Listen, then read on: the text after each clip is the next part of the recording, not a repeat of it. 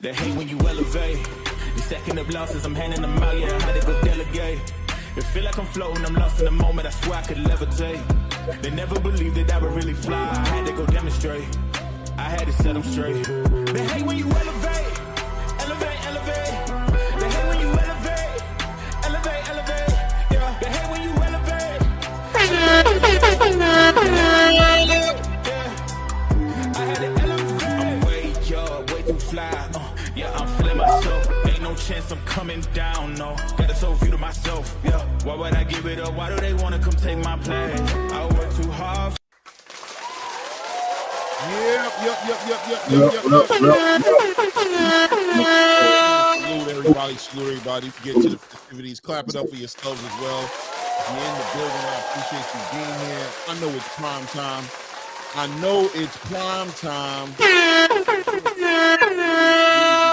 know what I mean? It is prime time. So many different shows on right now. Talking is boxing talk. So I always appreciate everybody who finds their way over here. Come build with the team. You know what I'm saying? Yeah, man, great boxing. You know how it is. It's Tuesday News Day. After a nice weekend wraparound shift, you know what I mean, working my tail off to provide for my family. We get to come back on Tuesday and build on everything that happens in the in-between time. And in the in-between time, so many things has happened this week, right? So we got off the back end of a David Benavidez, David Morrell card. Decent card, man. PBC actually making once again starting off the year. This time a little bit earlier than this time last year, right? This time last year it wasn't an event, and we had to wait till March to get that event. So they started off earlier this year with a great fight with David Benavidez and David Morrell. The old team seems to be coming back with the PBC. You've seen Brian Custer there. You know, you've seen some old faces there. We'll talk about that as well. I love that look. I hope that they stay consistent with that. We'll talk about that as well. Clarissa Shields, obviously, as well. You know, making history again, becoming an undisputed champion, first undisputed champion in heavyweight, women's heavyweight boxing history, and obviously a three-weight class undisputed champion as well. We'll talk about that. I know the boxing space is still going to push back at Clarissa, and I get it, and we'll talk about why they do it. But at the same time, you know, at some point or another, do we just, you know, acknowledge the elephant in the room, and but at the same time give the accolades that have been earned.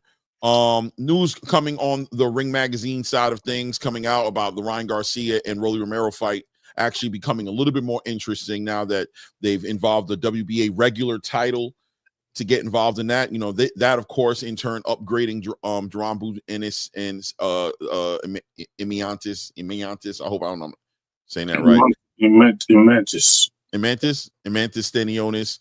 That fight round put some different color and light on that fight as well. Looks like Stanionis being upgraded to a super WBA champion, and ultimately that title being on the line in a unification fight happening between these guys in April. We'll talk about that as well. And, you know, also that being said, 147 starting to take a whole different look to it as well. We've got, you know, Ryan Garcia up there. We've got obviously Romero up there. We've got Teofimo Lopez going up there. Kind of puts and sheds a different light a little bit on the whole entire 147-pound situation, and therefore also kind of like making the in my opinion, the Jaron Ennis. And we'll talk about it. Maybe you guys might disagree. I'll give my perspective. Ray shares his perspective as far as, you know, how is Jaron Ennis's decision to stay at 147 pounds aging as time goes on? Is it aging well? Are we still putting the pressure on him to go up to 154?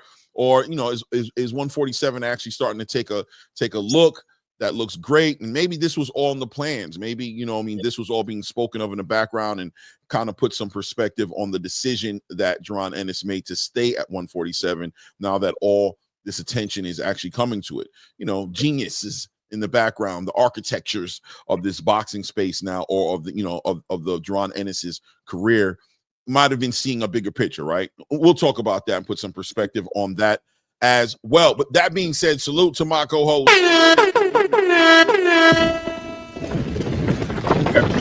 What up, y'all? Listen, I agree with everything Clay said. And I do agree a little bit with Ross Clark. Everybody's a bum. You're right. That Cruz is a bum. Ray Davis is a bum. Clay Moore's a bum. We all bums. Yeah. Salute to Ross Clark in the building. Non-figures in the building. Right. Nah, he's not a bum. We're going to talk about all that too. We got to put some perspective on it. You know, David did take a loss, Morrell, that is. But, yeah, we're going to talk about it all. You know what I mean? We're going to talk about it all. Salute to everybody in the building. I'll do a quick little roll call. I was waiting for y'all to stack up in here a little bit. But, look, man, it is what it is. And we actually started off. Shout out to Sonny Augustine coming in here early with his input, wanting us to highlight. And we'll talk about that as well. Canelo Alvarez and Terrence Crawford obviously being announced as something that's been confirmed or solidified for April. What is Sonny saying? Salute Claymore. God bless, brother. God bless you, Sonny. Please elaborate on this cherry pick notion about Canelo versus Bud. That's more of a competitive fight than Lamont Roach versus Tank. Yeah, we'll talk about that. We'll definitely talk about that. There is some perspective because thoughts are also shared by boxers and about, you know, just David Benavidez kind of like becoming a face of boxing in his own right and kind of like setting a new standard as far as fighters challenging themselves and stepping to their biggest oppositions and not, you know, the call out seems to be holding a little bit more weight. We'll see.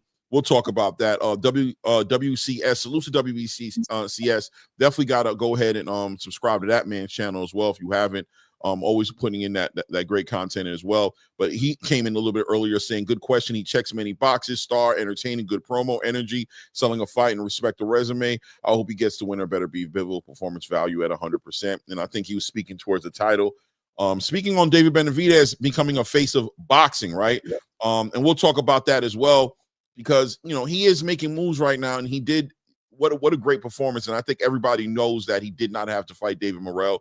He stepped to what he thought was the biggest challenge for himself that was available, and fought against a system that tried to basically align him with a Jesse Hart and give him a tune-up fight or a fight that people weren't looking to see. And he kind of answered the call, right, and said, I'm going to stop this. I'm going to change this. I'm going to do what Errol did. I'm going to do what the great fighters do. I'm going to get involved in my own career, and I'm going to make the best fight for the fans. And it looks like the boxing space is responding to it well, right? They like that. They love that energy. What a great fight that was. And we have to ask ourselves, does that fight happen without, you know, David Benavidez putting his foot down and making it happen? We're going to talk about all of the above, you know what I mean? Let me make my way down the list here and salute to the people that's in the building as well. Shout out to Ross Clark, Mr. Your favorite boxer's a bum. Wouldn't be a show without Ross Clark in the building for sure. Shout out to Nine Fingers as well. Unbiased as possible, as he will always share his opinion, but more importantly, hold us to the unbiased law. Right, he always will call us out. I love Nine Fingers, man. One of my guys, man. Shout out to who else is here? 2 Cents in the building. Becoming a regular. It makes me so happy when I see you here because I do know for a while you kind of like didn't come on the channel or didn't say nothing. At least you always stayed relevant in the comments of my videos and stuff, kind of keeping me honest and celebrating me when you felt like I was being unbiased and holding me down to it. You know, you always hold me accountable. I always appreciate the members of this channel that hold me honest. You know what I'm saying? Disagree with me at times, you know, keep it respectful, but always give us an opportunity to evolve into the best versions of ourselves and always respect our opinions for our own opinions, man. Laurent Jones is definitely one of those guys. Always happy to see you in the chat, brother. Let's see. So, Grassroots, Mr. Big Play Bray in the building, always in the building. I know. Really saying, Play Bray. I know Play Bray. He's in the building. That was kind of like off the top of the head. Respect the effort. Anyway, salute to Edward Morris. Edward Morris in the we got Richard Paris in the building as well. Salute to you, Richard Paris. Wagwan, my youth. Wagwan. Salute to Fly Frequency, my brother. Aki. Man, for sure. Assalamu alaikum, for sure. Let's see here. Who else we got in here? And the regular Bubs Boxing, of course. Yo, I got nervous. I ain't see you there. You just popped in here, man. I'm like, what Bubs Boxing now? I was about to ask for you, bro, but there he is. Crawford and David Benavidez is the same size, bro. They both have a 74-inch arm reach. He beats Benavidez, his older brother. Why not the younger brother? I mean, we could talk about that as well, but I think we all know the answer to that. You guys just want to see, you just want to see the fighters do what they want to do. You know damn well the money. You know damn well why. This is generational stuff going on. You know why he wants to fight Canelo Alvarez. We know about the size of David Benavidez, his height. We seen what he did with David Morrell, and we also know that Canelo's the bigger draw. But I understand. You guys just want to see. A lot of you guys just want to see Terrence Crawford humbled a little bit. You guys want to see him humbled a little bit. I get it. You guys want to see him humbled a little bit, but we'll talk about it all today. Why not, man? It's this the channel to do it. This is the place to make it happen at, man. Right. You know what I mean? But let's see. Let's move the needle. Go right into it. You know what I mean? Celebrating the Mexican monster. The Mexican monster shows out in rare form. A lot of questions were answered in this fight. A lot of boxes were checked. Going into the fight, for me, I did favor, Benavidez going into. I leaned towards Benavidez, and I think the reasons I leaned towards Benavidez kind of showed improving the fight. It was going to be the experience. It was going to be he's been there before. The things he was able to do. He was able to take advantage of David Morrell's inexperience in the big show. Also, David Morrell, in my opinion, possibly made some strategic errors, him and the team, on how they were going to approach David Benavidez. There were some things I thought I was going to see from David Morrell that I didn't. I didn't see a real body campaign. I didn't really see the things that I thought he was going to do. He seemed to keep the fight mid-range right there with David Benavidez, where he's going to be powerful, stayed in David Benavidez's chest at times a little bit more than I thought he should. But look, that's experience. 12 great rounds of boxing. The fans won the fight. David Morrell walks away with priceless experience. I have no doubt in my mind that he becomes a better fighter because of this fight. This early in his career, what a better time to happen. Loving to see these fighters fighting at their prime. And of course, David Benavidez, an opportunity to check the boxes, and he does just that. Does he have a chin? Was it just the 25 pounds? Is the IQ really there? Would he be able to take the power coming from David Morrell? All those things got answered, and ultimately the boxing space has improved, has embraced David Benavidez as a potential face of boxing. What do you think about the fight going into the fight, Ray Davis? I know you had your mindset. You were kind of leaning the other way, but still going into the fight. What do you think? Yeah, I mean, when I did my breakdown, I gave the breakdown exactly what took place on both sides. So Benavidez actually met the requirements of my breakdown. I think to your point that it looked like Morrell had no body work campaign in there to like slow down Benavidez. I think due to the fact that one of the things I pointed out, Benavidez came out on his toes. I said he might shock the world, come out dancing and throwing a jab. And what did he do? First thing he did, throw the jab, dancing on his toes. He even did the Ali shuffle in the ring, man. Like Benavidez really made it work for him. You know what I mean? At the end of the day, and I think it took Morrell by surprise. I think Morrell thought he was going to have an easy one. He was going to have the guy standing there just walking backwards and just waiting to lean on the ropes and get and not be the pressure fighter that he was. Shout out and salute to Benavidez for doing so, man. I mean, he flipped the switch. He did everything opposite of what was expected, which is most of the time you do stuff like that to throw off the game plan of your opponent. And he did that, and he withstood some terrible shots. I think in the fourth round, he got clipped a little bit too. He even got a little wobbly, but he stood right there and still was like, "Yo, okay, you got that. Now take this." And yo, listen, man, shout out to David Benavidez, shout out to David Morrell too, man, because you know what I mean. They keep saying that these fighters with 10 wins and 10 fights and 6 fights can't be championship contention, right? This proves that it doesn't matter how many fights you have, as long as you're a contender or you're ranked, and if people see you that way, don't bet against the odds of these people that put them in the sanctions. There's a reason why they do so, because great action like we had the other day. And I guarantee you this is going to be somewhere along the line, a rematch of some sort, some kind, some way, somehow. And I can't wait for it because this was a dope fight. Yeah, I agree with you 100%, man. All of the above, right? Great fight. David Morrell, both fighters should be celebrated, but the boxing space is how the boxing space is, man. And it's what makes it interesting.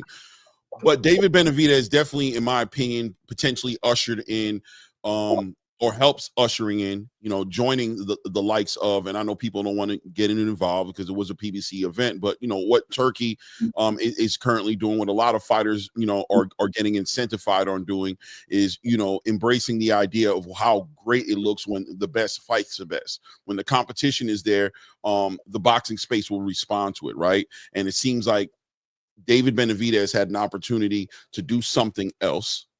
He had an opportunity to do something else and kind of follow the same old blueprint of what his quote unquote handlers had in plan for him, but pushed back a little bit at it himself and said, listen, not only does that pretty much bore me, right? Because I think David Benavidez was kind of looking at the Jesse Hart fight like, man, that's not going to get me up. I don't really need this dude for anything. I'm in a great position in my life right now. I want to do some great things. Here I am on the back end of Canelo Alvarez, ultimately putting me on the outside of my legacy, using his leverage and his privilege to stay away from me and not fighting the best. And what am I doing? I'm potentially getting ready to do the same thing. Now, let's change it up a little bit. Let's go ahead, call up David Morrell. It's time to make that fight. The only reason I didn't fight that guy 168 is because of what I was trying to do with Canelo Alvarez. But let me put my money where my mouth is and make this fight happen with David Morrell. And the space embraced it as they should. And that being said, now conversations going on, perspective being put on this whole Canelo Alvarez, David Benavidez negotiation and fight at this point, right? They're looking at it now, seeing David Morrell and David Benavidez in the ring and actually seeing the talent and the actual threat that a lot of David Benavidez fans probably already saw and been seeing, but also a lot of Canelo Alvarez fans had an opportunity. A lot of Mexican fans in the building had an opportunity to see the potential and probably see why Canelo Alvarez wasn't putting that fight together, right? Like now starting to kind of see like the threat that David Benavidez actually put out there. And now everybody going back to the whole negotiation and kind of calling Canelo out a lot. I'm seeing a lot of content creation platforms and a lot of boxing pundits alike kind of going back to the Canelo Alvarez, David Benavidez conversation and saying, yeah, bro, it might be an official duck at this point with the way you've actually chose to carry this situation. Did that do anything for you as far as, did you return to that Canelo Alvarez, David Benavidez negotiation and kind of get some perspective on it now that maybe changed some of your opinion? Or is it pretty much consistently about the same? Were you kind of looking at it like that already? The negotiation between Benavidez and Canelo? I didn't even know. What I mean by that is I'm saying when Canelo and David Benavidez were in the conversations and people were talking about them making a fight, a lot of people were leaning towards the side of Canelo being a duck or Canelo not being able to fight David Benavidez. And there were some people who were like, nah, that's not what it is. Canelo could handle David Benavidez. I think he would win that fight. It's just that David's being disrespectful and Canelo's not going to, Canelo doesn't have to. I mean, does it change it one way or the other? All right. So first of all, the disrespectful part, I don't care who you are. As long as you ain't really saw somebody talk about, throwing mama jokes and all that stuff out there, the really dirty dozens, it shouldn't matter what you say to somebody. You're trying to build a fight and get a fight. You're selling wolf tickets. That's what they call it. That's what they do. And you're trying to do that on that part. Secondly, I would like to say, no, man, listen, I still think it's a great fight. I still think Canelo has a chance to win. And I don't sleep on Canelo. A lot of people do. I think Canelo is showing promise. I do think Benavidez is a different type of fighter, though. I believe he beats Canelo. I think Canelo has a chance, I can say, but I think Benavidez beats Canelo. I think this builds up that fight even more. This might be what Canelo's waiting for, the payday, right? They want payday, right? Now this fight. You want payday? I know that. This fight now just got elevated to the point where he can pass the torch to his constituent. He gets a big money fight out of it after Bud, whether he wins or loses. He moves up to light heavyweight. He gets himself in the way somehow, some way to fight in Vegas, Benavidez, and make it a big payday. That's the way to ride out on the golden horse, bro. I guess when you trying to be the champ, going out in the sunset, and pause on that. But you know what I mean? Yeah, I agree. Yeah. I think, and look, I mean, if you guys don't know, from what I'm hearing, the rumors in the street is that Canelo's inked out a deal with Riyadh Seasons for 3 fights.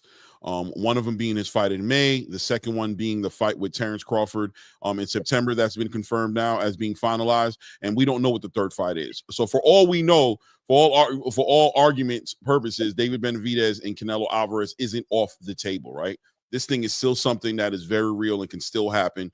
But like I said, when you look at a performance like what David Benavidez just did against David Morrell, I think for a lot of people, and it just sounds like it as I'm, watching on YouTube and I'm reading articles, it just seems like it comes right back to this Canelo Alvarez David Benavidez fight, and it starts putting perspective on it. At this point, nobody wants to hear, like you said, nobody cares about the way David Benavidez called out Canelo, calling him pussy or calling him scared or saying he's ducking him or saying whatever he's used, whatever tactics David Benavidez is using. This is part of the fight game, and nobody's really hearing Canelo's little perspective on it. Like when a guy like that talks to you the way he does, you don't go and give him money. Well, that's not how the boxing space has worked historically. Historically, the call out held weight, right? The call out meant something. Like the fighter who everybody thought could beat you, calling you out meant something, and it usually meant at some point or another you should be fighting this guy. And it was never like, ask me the correct way, be nice to me, coddle me in order to get a fight. Was never going to suffice. But when you see David Benavidez's performance this past weekend, it puts that whole situation into perspective. It's beyond 25 pounds. It's David Benavidez is a monster, relentless pressure, what's the word I'm looking for? A lot of punching, a lot of pressure coming forward. Canelo Alvarez, there's a lot of Bivol Canelo Alvarez energy that you saw in that fight, except for Bivol never maybe offered the threat of stopping Canelo as much as David Benavidez does. But I could definitely see Canelo Alvarez inviting David Benavidez against the ropes and regretting it, right? Regretting that high guard and thinking he's just going to throw. You saw David Benavidez doing a lot of slick stuff, slapping the high guard down, coming over the top with hooks, slapping the high guard away, coming up the middle with uppercuts. He finds a way to break down that high guard, that whole shelling high guard off the ropes thing that you're doing. David Benavidez is very efficient at breaking that down. Canelo would have to move around a little bit more. He'd have to be way more active and way more offensive, as well as a lot more footwork to stay out of the way of a David Benavidez and what he actually really in real time brings to the table. That's interesting, a conversation it is within itself. But regardless, would you agree with the whole idea of David Benavidez being a face of boxing right now? Is that something that you're ready to give him, or he still has more to do? Nope, but I will give him this. Being that Canelo just signed that deal with Turkey Al-Sheikh in January, I think that does make him the face of the PBC. It's hard to say that. I really don't want to crap on Tank. I don't want to crap on Earl Spence. I think those guys have held the spotlight over there for a long time. I think Benavidez is showing that he can carry and bring fans to the arena. And with this fight right here and the sellout crowd that he did, the action that he put on fighting a top contender, the best fighting the best, people believe, has made it him to be one of the top names recognized in boxing. Canelo's still the face. I still edge throughout boxing.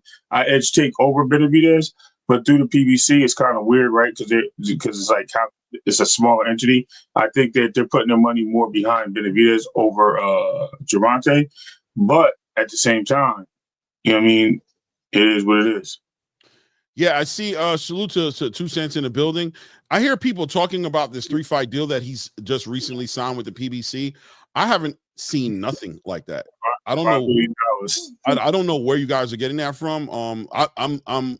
If you guys could share that with me, a link or something, some kind of information. I have I have evidence of him signing a 3-fight deal with Riyadh. You know what I'm saying? With Turkey, whether it's Ring Magazine or, with Turkey and these fights being part of it. That's why Ring Magazine is the one calling out these fights for Canelo. PBC's not the one marketing a fight with Terrence Crawford in September, nor are they even marketing his fight coming up in Cinco de Mayo. But I am hearing the rumors. Maybe there's some truth to it, but I promise you, after every single one of these conversations I've had when I've been on different platforms and I hear this, I go in depth searching all through the internet and I don't see this deal.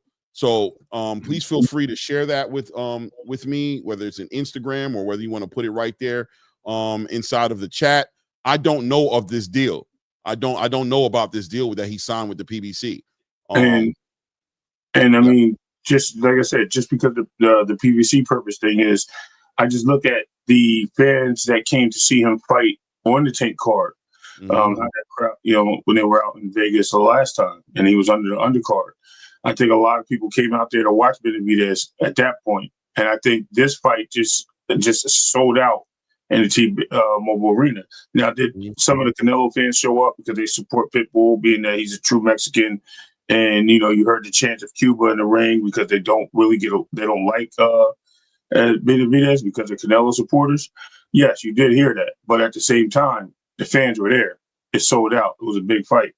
And you didn't see the superstars like you do with a Tank fight. That's why I said boxing-wise, I think Tank is over him. But I think through the PBC, you have regular people there.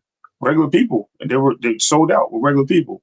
I'm not saying there weren't no stars there, but usually it's a star-studded event when you see Tank or Earl at an event. Am I wrong? I mean, you see all stars. So you didn't see that really with the Benavidez. So you see a couple boxers here and there, a few stars, but that was big. That was big for just boxing as fans, like the casual people coming in. It's crazy. Yeah, and there, questions also being answered as to whether or not David Benavidez and David Morrell should have been a pay-per-view card. For me, it's always the ends justify the means. And look, man, if you didn't think it was a pay-per-view event going into it, my question is, how do you guys feel after the event? Was it pay-per-view worthy? Listen, man, $80+ is a steep price, man. It's always going to be a steep price. But I got to be honest to say that the event delivered for me. It definitely delivered for me. I enjoyed the event. I wasn't thinking about my money at the end of the event. I wasn't thinking about the money I spent and all that stuff. I made a little money too. I played around, on FanDuel a little bit, got some money on I lost some money too as well, but I made some money on the Stephen Fulton fight. But it was a super entertaining event. I mean, we're going to talk about the other fights on the card. Obviously, we're going to go down there and talk about the Eastside Cruzes and Stephen Fulton fights. And, we'll even brush on the Jesus Ramos fight as well. But it delivered, you know what I mean? And I think also what was shown is that real boxing still holds weight. It doesn't have to be the names in the game only on pay-per-view. But I still think there's some things they're going to have to address.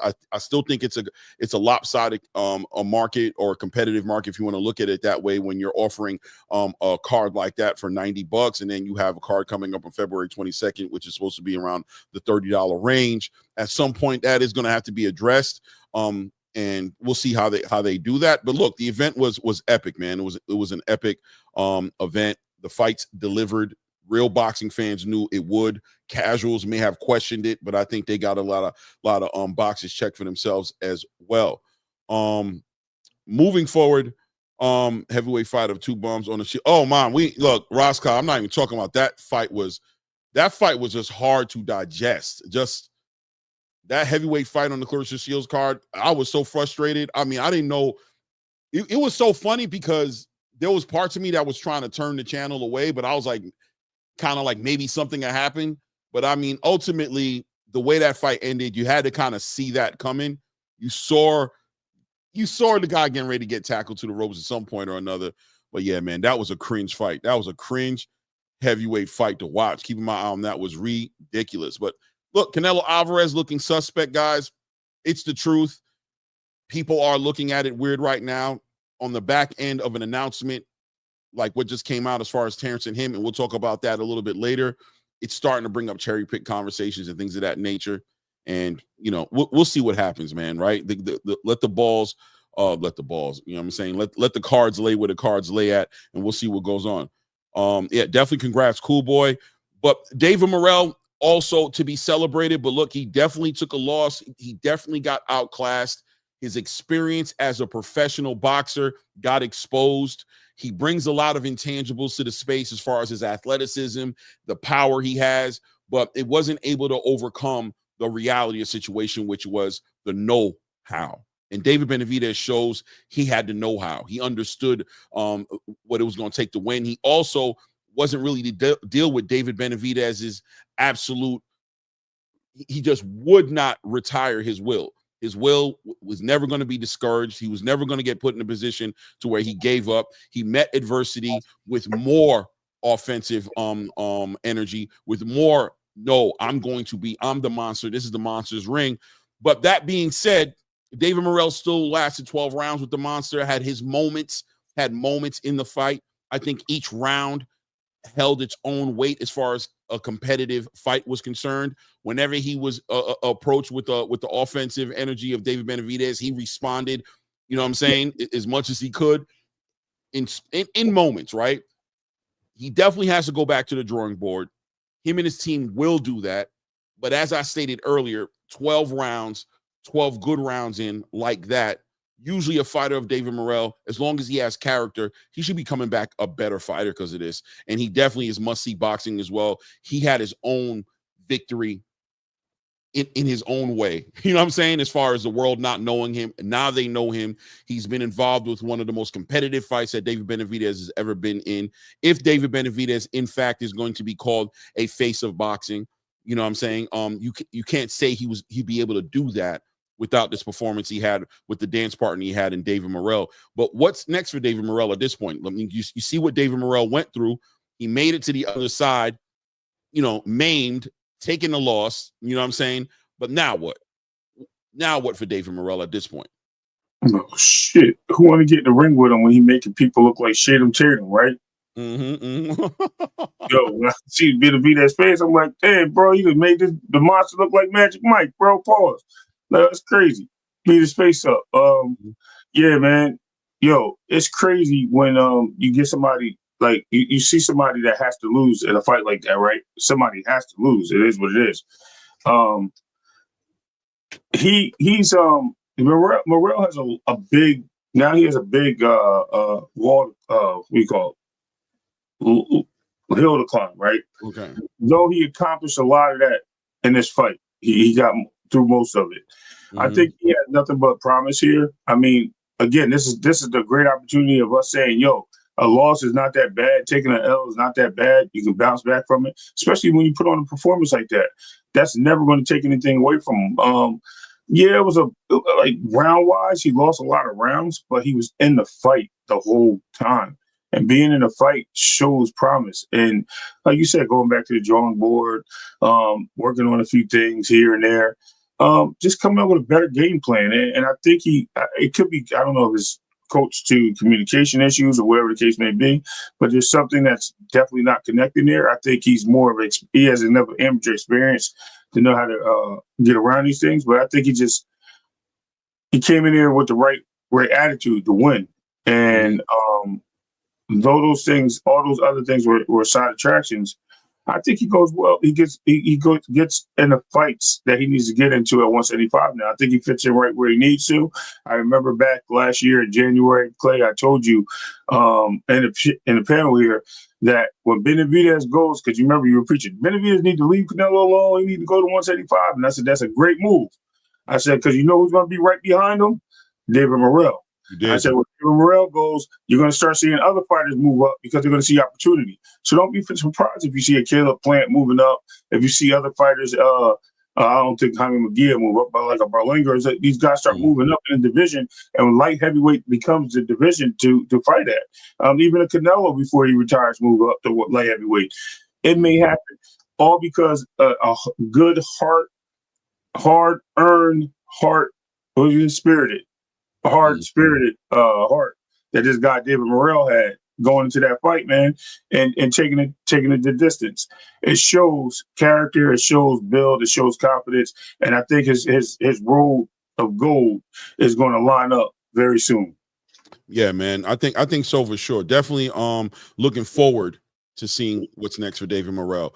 Nowhere near losing any value in his stock, losing against David Benavidez. I think his stock actually went up on the back end of a loss. This is the benefits of fighting the biggest competition that you can fight. The benefits is at some point, it's almost a win-win for a fighter like David Morrell. Coming into a fight like this with 11 fights, professional fights under his belt, being able to get to come into a fight like this, perfect opportunity to take a loss against a David Benavidez. Showed his character, didn't get stopped, didn't even get dropped, never got buckled, got hit with some great shots in there. I think he did get hurt a couple of times in there. I'm not going to say he never got hurt, but he never got buckled, never looked like he was going to fall. And, you know, a weird drop on David Benavidez, which I don't think was an official knockdown, in my opinion. But look, it got scored as one. You know what I'm saying? But still, look, man, we like you mentioned in the 4th round, catching him with that right hook right off the ropes and buckling David Benavidez when David Benavidez actually, you know, his knees buckled a little bit, but he came right back and responded. But listen, man, never allowed the moment to overwhelm him to the point of where he was getting his quote unquote ass whooped and not responding. He had moments of his ass being whooped, but there was moments in there where David Benavidez had to recalibrate and adjust. And that was also something good for David Benavidez as well, because we wanted to see how he deal with that adversity. And you know, David Morrell showed like the world, like, yeah, listen, man, he could deal with that adversity. It's still a problem out here. David Benavidez turning out to be a real monster in this game. In this game right now, you know what I mean? So, I mean, it is what it is. I don't know what's next for David Morrell. You know, I say get him a fight that makes sense. He doesn't need to get right back. You know, I can see him building himself right back up and seeing a sequel to this. I can see David Benavidez and the David Morrell too at some point, maybe a year or 2 years from now, right? Like eventually. Even if Benavidez somehow goes in there and gets undisputed or gets one of the belts, I can see that happening. Definitely. And like I said, this just became a better playground. What is this that she put up? X.com. Oh, okay. Yeah, let me look at Brunch Boxing. Let me look. I know what this is. This is in reference to yeah, I know. The signing. But I got it right here that he signed a 3-fight deal with Turkey Al-Sheikh. Yeah, hold on. This is Brunch Boxing. I don't know who these people are, but Alvarez has fought 4 times on a unified super middleweight champion. Canelo Alvarez set to remain. Yeah, man. I mean, you're looking under the comment. I mean, this is just I'm sorry. I mean, this is not I'm sorry. You know what I mean? This is incredible for me. This isn't credible for me. You know what I mean? Not enough. I don't know. We'll see. Maybe they're right. I don't know. Maybe there's some sort of like bro, $900 million for 3 fights, man. I don't know.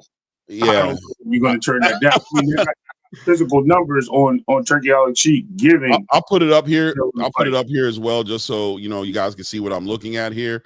Hold on a second. Share screen.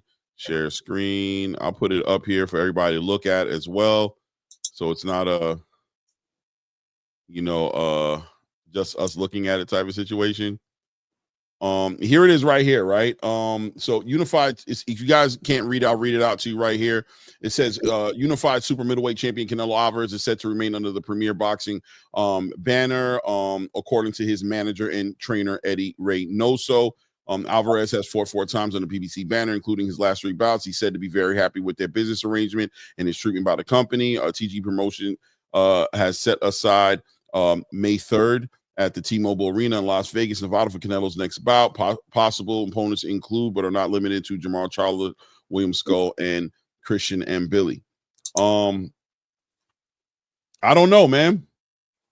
I don't know. Al Heyman is not to see anyone in this comment section asking Rick Glaze's true or thoughts should be blocked. So Canelo hasn't kissed Turkey's ring, at least not yet. This is interesting because they didn't provide his last 2 opponents and only guy. You know what I mean? I'm reading a lot of stuff on the bottom here. I think what I'm gonna be real, what I think this is, for whatever it's worth. I think Eddie Reynoso did an interview, and in the interview spoke towards Canelo not being at odds with the PBC, and that him and the PBC are still friends, are still, speaking, or still they're not estranged. And I think, I mean, look, it says that it doesn't say that he signed, by the way. I mean, we need to be clear on what the words say here. Let's be clear. Hold on here. Let me put it here. Let's be clear here. It says right here that Canelo Alvarez is set to remain under the PBC banner, which means it doesn't say that he signed, I'm saying, a deal with him, for whatever it's worth. I've seen articles, though, that have gone into depth about Canelo Alvarez, finalizing a 3-fight deal with Riyadh. I don't know if he's able to do a deal with Riyadh season as well as do a deal with Turkey Al-Sheikh. I don't know if that's the way it works. You know what I'm saying? I'm not too sure. But yeah, that's the only place, though, thank you for that link to that X post by Brunch Boxing. But that's the only place I've seen that about him and the PBC doing something. So we'll see what happens. You know what I mean? You know what I'm saying? What? I mean, I think we got some people in here who obviously are probably coming out the PBC a little bit. But thank you, 2 cents. I appreciate that link, man. I really do appreciate you. Thank you, Queen. Moving forward, Stephen Fulton, the co-main event on that card, man. Going into that fight, man, there were some questions. There were some questions about what Stephen Fulton was going to do in that fight. I think Ray Davis wants to be celebrated. Clay and Ray, what's your source? I mean, I can put it up right now. Coach Eddie. No, go ahead, Ray. See what you said while I'm looking for this for 2 cents. Are you there? Here. Yeah, you're locking up. You're freezing up. 2 cents. I'll show you before the end of the show. Ring Magazine put the announcement out about the deal with Canelo Alvarez, a 3-fight deal. You hear me now? Yeah, go ahead. Okay, yeah, I was gonna say it's not just Ring Magazine. You have 3 sources. You have the Mexican source, Morrell Boxing or Sports. I mean, they put the source out. You have Rick Glazier, which no one believes, put a source out. Also, but he was off of reading the customs of Ring Magazine, and you also have Turkey Al Sheikh releasing the information. So I mean, to me, if I'm Turkey and I release that information, I'm not going to lie on myself. But you never know. I don't want to call a grown man a liar. You know what I mean? But it is what it is. As far as some of the stuff that we are hearing, I actually pulled up. Pull it up right now. Yeah, I'll pull it up before the end of it. I don't want to get too distracted from it, but I promise you. All right. Staying on the Stephen Fulton topic, you know what I mean? For whatever it is, going into you're freezing again, Ray. Going into the Stephen Fulton fight, you know, all odds against Stephen Fulton coming off of since the Monster Inoue fight, people have been talking about. Let me go give Ray an opportunity to kind of figure that out. Are you back? Here, I'm good. I would say I'm just going to talk like this. So if it freezes, you'll be looking at me frozen, and then the voice ain't working. You know what I mean? Look like I'm in slow motion. But no. I understand, Clay. So anyway, the fight with Brandon Figueroa and Stephen Fulton was exactly the way it should have went down. I figured that Fig would win. I said that he would win. I'm not going to take that away. I'm not going to lie about it. I'm not going to be like, yo, I'm turning. I said in my heart, I believe Stephen Fulton wins. I believe that he has the muscle memory of the last fight, and I think he's going to fine tune some things, and he's going to come in with a different approach than most people think. I think getting his foot wet at the division was going to be a big catalyst in this fight. It's going to be help him, actually. It's going to catapult him to the next level for Brandon Figueroa, where Brandon Figueroa, I was like, he's coming in there thinking that's going to be the same guy.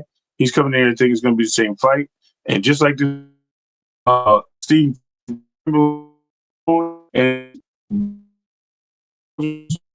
whatever. Your connection is bad, bro. Just being honest, you're breaking it bad. Okay. Sorry, guys, for the technical difficulties there. But yeah, going into this fight, adding to what Ray was talking about, going into this fight, Stephen Fulton was on a bad trajectory, right? Coming off the Monster Inoue loss, going into a Carlos Castro fight at being damn near a year and some change after that loss, not giving the best performance. The crowd actually booed at the last fight that he had with Carlos Castro, being put on his pockets, being buckled a couple times, bringing on Bozy Ennis, wondering if that relationship, if that chemistry was going to be there for him with Bozy Ennis in order to see him perform at the highest level. And then, fighting a fighter like Brandon Figueroa, who was on his own trajectory for doing great things, made himself a champion at the next weight class up at 126 pounds, coming off of 3 fights since that last fight that that they had, as far as Brandon Figueroa and Stephen Fulton's concerned, being that is their second fight. Stopping them having a common opponent in Carlos Castro. Brandon Figueroa stopped Carlos Castro in like inside of 6 rounds, and Stephen Fulton, I'm all over the place. Stephen Fulton struggling with Carlos Castro, taking it to a very close split decision that the crowd didn't agree with. A lot of people were favoring Brandon Figueroa going into this fight, but at the same time, always understanding that Stephen Fulton was, before his loss against Monster Inoue, considered one of the future pound for pound fighters that were going to be in this space, right, guys? Everybody knew who Cool Boy was. Everybody wanted to see if Cool Boy was going to be able to meet all of the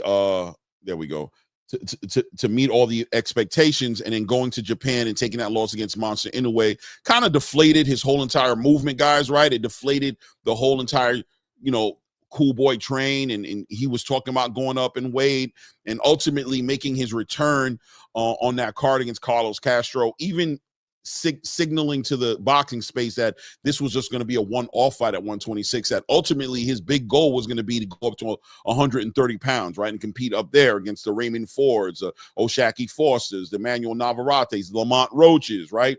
This is where he was projecting himself to be, but the performance at 126 was lackluster, to say the least, and now being pushed into an opportunity to fight for, at the time, was going to be an interim WBC title against Brandon Figueroa, but being that Ray Vargas went ahead and took a little bit of a hiatus and became a champion, in recess, upgrading that fight into an actual WBC title fight. How could Stephen Fulton turn away from that opportunity, right? How could he turn away from an opportunity to become a champion again? So he stays at 126, and going into the fight, people were just not too confident in Stephen Fulton, but I think a lot of people, including myself, wanted to go ahead and cheer him on, right? That being said, shout out to Mr. Big Play Brain in the building with the $2 stick. I appreciate you, King. Thank you. Thank you, family. Thank you for the support. We always appreciate the color in the chat here, man. Thank you.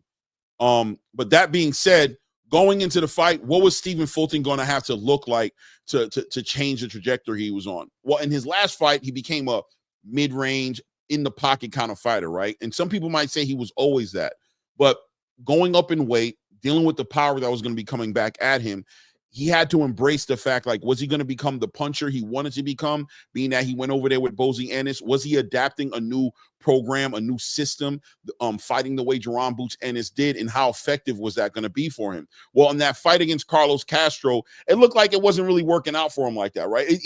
Keep in mind, he won that fight, right? He came off the back end of a victory here. This is not a loss that he took, but in many ways, people just questioned that whole entire approach to the game and what that was going to look like for him to get in front of a Brandon Figueroa, a flat-footed Mexican who's, although he has all those physical attributes as far as the long arms, being tall, he's kind of like the old Sebastian Fundora. And I say the old Sebastian Fundora because I'm hoping and assuming Sebastian Fundora has changed a little bit and has headed into the direction of taking advantage of his height and his arm length. But people always complained that about Sebastian, right? They said Sebastian Fundora fought a mid-range fight and he didn't need to. Well, Brandon Figueroa kind of falls in that same department, being somebody who's probably taller than most fighters he gets in the ring with, but always finds a way to make the fight dirty, keeping it mid-range, and ultimately, putting himself at risk that he doesn't need to be at, but he chooses to. But it's entertaining. It's entertaining for the boxing fan. We love to watch that, right? Stephen Fulton coming into this ring with 12 rounds under his belt against Brandon Figueroa, already kind of knowing what to expect from Brandon Figueroa. He comes to the ring, and let's comment a little bit on Stephen Fulton's dress and his attire. Coming into the ring with the Timbs on, with the butters on, and the denim shorts was diabolical within itself. It was diabolical, but if you're a real fan and understand where Stephen Fulton's coming from, coming out of that Philadelphia boxing scene, out the culture of Philadelphia, knowing that held a lot of weight. We knew what that meant. It mean he was probably coming in the ring trying to step on somebody, right? That's what it was going to be. He was coming in the ring. He's probably going to step on somebody. He brought that Philly culture into the ring with him. It was what it was. But going into the fight, we know what we were expecting and we know what we were hoping for. But Stephen Fulton, listen, man, he delivered. He boxed. He stayed on the outside. He stayed behind his jab. He knew that Brandon Figueroa was going to want to make this fight a mid-range fight, and he kind of set it up for Brandon Figueroa to do what he does, but had him walking into a lot of shots, catching him with a lot of straight right hands. That jab was on the jab was on the scene the whole night. Hold on a second. He was switching as well. He was going orthodox to southpaw, but hitting with a lot of straight shots, a lot of jabs, a lot of straight shots to the body, a lot of straight right hands right down the middle that was catching Brandon Figueroa, beating Brandon Figueroa to every single punch, while Brandon Figueroa was coming over the top with hooks and trying to get close and make the fight mid-range and sloppy. I think that what you saw from Stephen Fulton was that he was able to do the whole entire fastest way between 2 points as a straight line. His shots were just catching Brandon Figueroa before Brandon Figueroa could connect with his shots. And he just ultimately gave Brandon Figueroa a boxing lesson, right? Just took him to boxing school and showed him the fundamentals of boxing and allowed Brandon Figueroa to serve himself on a silver platter to the now WBC champion and Stephen Fulton. And what an upset. I mean, just dominated the fight from round one to the last round. Brandon Figueroa had his moments in the fight, moments where I felt like Stephen Fulton probably stayed on the ropes a little bit too long. Probably he just got lulled a couple of moments in the fight where I thought the fight was mid-range longer than it needed to be. But even able to win those exchanges inside of that mid-range, Stephen Fulton resurgence back into space now as a WBC champion at 126 pounds puts a lot of perspective on the division. When you see a move like that, you see Stephen Fulton collect the belt in that division, and you think about the Shushu Carringtons who are in line for title shots. You think about the Nick Balls, the Angela Leos. You think about all those big fights that could possibly be made at 126. Definitely a breath of fresh air, new vibe at 126 pounds with Stephen Fulton holding one of those belts in that division. Ray, I'm assuming you're back and you fixed whatever the kinks was. I don't know if you want to, add to this, man. What you think about the Stephen Fulton fight going into it, and what you see by the time the fight was over with? How do you feel about Stephen Fulton at 126 pounds? Listen, man, he did everything he was supposed to do. He he looked like the bigger fighter, looked like the stronger fighter. He looked like a faster fighter. He looked like the smarter fighter. I was questioning something too that I remember hearing. Me and you talked about it too, late last year, when Brandon Figueroa was mentioning that, it might be time for him to go to 130, blah, blah, blah. That was mid last year. I think he had a fight mid last year. He was saying, like he likes the weight, but he feels like he's getting – this always happens around this time, right? These guys say these things and talk about it might be good for them to move up. Even Stephen Fulton actually threw his name in that, saying he might not be at 126 for long, right? So it's just funny that to me, Brandon Figueroa didn't look like the Brandon Figueroa I'm used to. Like, he didn't look like he was filled in and rehydration right. He just looked ultimately skinny, which I know he's usually like the bigger fighter in the ring. Hey, it is what it is. Maybe that's just the new him, but he just did. It just at the end of the day, I'm not making excuses for the guy. He went in there. He just didn't look like he was ready to perform. He didn't look like he was the guy that was ready to go out there and throw 100 punches around or 200 punches around. He just didn't look like that guy. He just looked like he was just not weather. He was not even weathering the storm that was coming his way. His team is sitting there talking to him like, "Yo, he crazy, bro." Yeah, right. 2 cents. He looked pale too, right? I ain't lying. So I was just like, yeah, man, like this guy don't look like he up for this fight. It just don't look like he up for it. But I don't know if it was him not being up for the fight or him having those nightmares, which I think, and hopefully I say this correctly, Teo has when Ken Bosis is mentioned. Unfortunately, when you lose to somebody that you don't think you lost to, and it's so frustrating, you relive that moment, and you always want your get back. But when it's time for your get back, you start reliving certain things, and sometimes that can get in your way. It becomes roadblocks. And I think this is what happened with Brandon Figueroa. I think he ran into a bunch of roadblocks in his head, and I just didn't think he knew what to do. So he got hit with blocks from Stephen Fulton's fist with those work boots on. Center blocks. But hey, it is what it is. We got a new champion at the for the WBC 2 division champion with Stephen Scooter Fulton taking over the game. So salute to Stephen Fulton. I thought it was a great fight, great breakdown. I was trying to get on the outfit that he had on too, but he definitely put in the work, right? He definitely said it, and he definitely did it. Shout out to Stephen Fulton. No doubt, definitely. And I want to add some context to this Turkey Canelo relationship, this 3-fight deal. I'll be honest with you. Turkey hasn't announced it, right? Like, I don't think Turkey's legitimately come out on his Twitter and said that he signed him on a deal.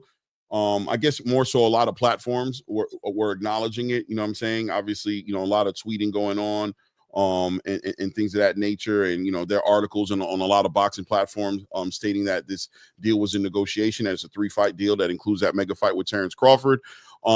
Maybe, like I said, it can go both ways. Maybe it is a fight with PBC. I don't know. I would assume that if there's a fight happening between Terrence Crawford and Canelo Alvarez, that's a Turkey deal. I don't think that's a PBC putting that together for Terrence and Canelo to fight. We'll know in due time. At some point, somebody who's actually involved in it will confirm it. You know what I'm saying? We'll confirm it. We'll see it. Platforms across the space having their different opinions, but I can honestly say that Brunch Boxing is the only place I've heard anything about Canelo Alvarez signing a deal with the PBC for 3 fights. Is Sports Illustrated a legitimate yeah, source? Sports Illustrated has covered it. Marker.com is covered it. Sports Illustrated obviously is confirmed it. I mean, you just got a lot of platforms, Everything Boxing, you know, talking about it as well. I mean, a lot of people talking about it, but look, man, it is what it is. I don't care one way or the other, man. If it's PBC, God bless him in the PBC. I really could give I really can give 3 shits, right? It's at the end of the day, he's signing with somebody, and the big fights are happening. It is what it is. They will put the fight in an interview. I don't know. Is something being said? I mean, let me pull it up here. I don't know. I'm kind of I gave my face from the Goonies. Yeah, that $900 million deal came from Michael Benson for sure. I don't know how much it was, but I'm pretty sure there's somebody's gonna make a deal with him. The Terrence Crawford fight is definitely a Turkey thing, being that Turkey is he signed the Turkey with a Riyadh season. With a Riyadh season. I know, right? 2 cents, a $900 million fight deal sounds crazy, just like a $5 billion deal to buy the PBC sounds kind of outrageous as well. $1 billion that's also diabolical as well, right? Let me see here. Stephen Fulton scores an upset? Question mark on that. Upset. Look, he scores a victory. Was it an upset? Nope. I mean, what is the chat thing? Was it an upset? Nope. Was Vernon Forrest an upset? No, I mean, no. I mean, yes, the first time I think it was. First time they thought so, right? Yeah. First time they thought so. The second time, was it an upset? Absolutely not. Right. So it's the same thing that applies here. It's not an upset because he already beat him. You know what I mean? There's no point. The upset would have been him coming in there late and getting laid out, in my opinion. I thought he had it in the bag. I just didn't. I just rolled with the popular side of the fence. I ain't gonna lie. I jumped on the popular side. I was like, yeah, look, this guy's been at the division longer. Steven didn't look great in his last fight, but I just think in my heart, like I said, I was saying in my head, and I said it on the channel class, said out loud, yo, it just looked like he got his feet wet. I think he grew accustomed to you're gonna see a different Stephen Fulton. But that's later to be seen, right? But he did what he did, man. Shout out to the 2 division champ. Stephen Fulton back. Still got pillow fists, but it's okay. No, I'm just messing with you. Now, at the end of the day, man, listen, he actually rocked him a couple times, man. It was a good solid shot. It made him stop in his tracks. So those pillow fists, they were working with those boots, bro. You need to wear those all the time. Right. No, without a doubt, man. I don't think it was an upset. I think it was an upset. When I said it's an upset, right? But when I'm saying it's an upset, not that Stephen Fulton couldn't win, or I would definitely say that he wasn't supposed to win, according to what people were going into the fight thinking. But I do believe the boxing space was upset. They thought that Stephen Fulton was done. And that was the whole thing that Stephen Fulton was fighting against, right? That was his whole kind of an attitude that he took on with the boxing space, with that you guys really threw me to the side off the back end of a loss against Monster in a way. You guys are talking about me in the past tense of what I used to be in comparison to who I am. That was kind of like the whole reason to go back to the Tims.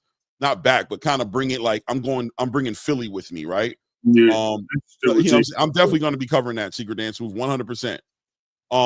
That was kind of Stephen Fulton's whole angle at that situation, me against everybody else. Like, all I need, alhamdulillah, you know what I'm saying? I'm in good health, and I know who I am. My team knows who I am. I'm going to bring my team, and that's all I need. Let the space feel like what the space wants to think about. I'm just gonna do what I do, and he did it, man. He schooled Brandon Figueroa. In many ways, just exposed Brandon Figueroa in a way that I think a lot of people kind of been discounting these flaws in Brandon Figueroa for such a long time, because he's been able to find some success in there, but really showing that it was easy, that Brandon Figueroa is really a one-trick pony. He wasn't able to adjust. I saw Brandon Figueroa come into the ring with the whole idea of switch hitting, going from orthodox to southpaw, and trying to give Stephen Fulton all these different looks and maybe confuse him.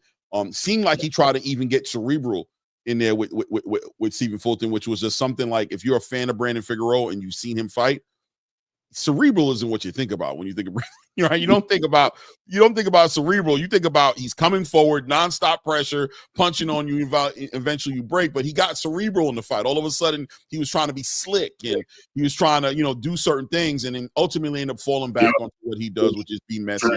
Jones. Yeah, be messy, try to drown Stephen Fulton in the pressure. Ultimately, dirty boxing, and Stephen Fulton came ready for that as well, highlighting uppercuts, body shots, short, straight shots, right in between the punches of Brandon Figueroa, even in those weird clinches, finding space to make things happen inside of those clinches. And pushing them back while doing it at the same time. Pushing them back, right. What Jay Pitt said made a lot of sense. I mean, he did. I think he did mention this last time that he was upset with the last fight, and I kind of understand why, because he was on the main card originally with Caleb Plant, right? He was the co-main on a free card. Then they put him off the main card down to the prelims, right? And he said that upset him, and that's why he didn't get the performance that he didn't have the last fight with Carlos. I almost said Campos against Castro. Carlos Castro. So with that fight going on, this here shows, him being the guy on the ring as a co-main, right? Giving him the star power, giving him the lights. He looked like he performed, man. I mean, if this is the Steve Fulton we're gonna see, he's trouble for a lot of these guys at 126, some at 130. I still think Espinosa might be a little too tough for him, but everybody else, I can see him beating him. Yeah, man. It is what it is. What do you think of Bozy Ennis, man? In this fight, I was looking at Bozy, going, we've been talking about this, so this is nothing new. We've been watching Bozy. We've been seeing what he's been doing, and we were like going into this fight, like, all right, let's see how Bozy adjusts with Stephen Fulton in this fight, and see if he can get him to the promised land. Look, man, he was giving some decent advice in that corner. He was doing some good corner work. He was working on Stephen Fulton's strengths, capitalizing on his strengths, not trying to change him completely. You saw some Andy Cruz in there. You saw some Jerron Boots Ennis in there, but ultimately you saw a well-rounded Stephen Fulton. How much credit are we willing to give to Bozy Ennis on this fight here? Did you see, did the boxes get checked? Did Bozy do a good job on this one? Yeah, amazing job. I mean, Bozy was out there he was giving a great point. And matter of fact, it wasn't even that he was giving super great advice. He did give a lot of good points. He was supportive of what was going on, which is very key. Supporting your fighter, telling him he's doing the right things, you know what I mean? And then critiquing at that point, like, hey, why don't you do this a little bit? Why don't you move here a little bit? Why don't you try this? He was doing that a lot. He's like, you got him here. Move forward. Hey, capitalize on this. See, Fulton was looking outside the ring sometimes. I was like, is he even paying attention to Bozy? Is he just going in there and do what he wants? But he's like, yo, you with me, champ? You with me, champ? He's like, yeah, he's acknowledging him. And I'm like, yo, that's crazy work. You know what I mean? Like, that says a lot, man. That says a lot when you got somebody like Bozy to get the response from the fighter and have him come out like that and win. That was dope, man, at the end of the day. Yeah, man. Bozy got a lot of my respect. He always had my respect, right? One thing is people will take narratives and push it, right? If you criticize somebody, all of a sudden you're jumping off the boat, this and that. Nah, man, we're observing the boxing space for where it's at that moment. But look, always being able to acknowledge something like this. Bozy Ennis, like I told you guys in the beginning of last year, was on my list for for trainer of the year. I'm getting text messages from my brother and stuff for getting trainer of the year accolades. I had him right there next to Robert Garcia in the beginning of last year, the first quarter of last year, because he did great things. I saw him improve Andy Cruz, take him from an Olympic amateur background, Cuban amateur background fighter to a pro boxing style that was looking like Andy was stopping people and in the biggest conversations at 135. Obviously the work he's been doing with his son Boots, getting Boots to that point to where nobody wanted to fight him at 147, to the point where me and Ray was like, we got to get this guy to 154. Everybody's going to duck him. You know, he created that from the ground up, like from scratch, right? From out of his balls, pause, out of his ball sack, right? All the way up until who Boots is to today. You got to give Bozy Ennis that credibility, and you know, obviously him taking on the responsibility of Stephen Fulton and running his own gym. He was just the most like underrated trainer, in my opinion, somebody who wasn't being talked about enough.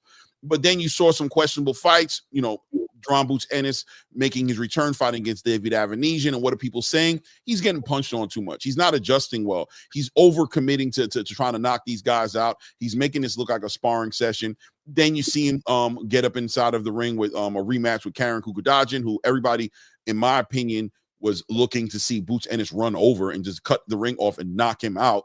Bozy was saying he was going to knock him out. But once again, what do you see happening? Even though it was a victory there, Karen found a lot of success in connecting with a lot of shots. People were criticizing the style that Boots brought into the ring and wondered if he had the ability to adjust, or was he being lulled into a fake sense of security that was getting him punched on too much. But at the end of the Karen fight, a lot of questions and concerns about whether or not Boots would be able to compete at the highest level at 154. And obviously Boots in the shadow of Terrence Crawford as well. People always comparing him to Terrence Crawford, always wanting to set up a fight between him and Terrence Crawford. Well, those two last performances he had between Karen and David Avenesian kind of threw shots at the whole idea of that fight happening.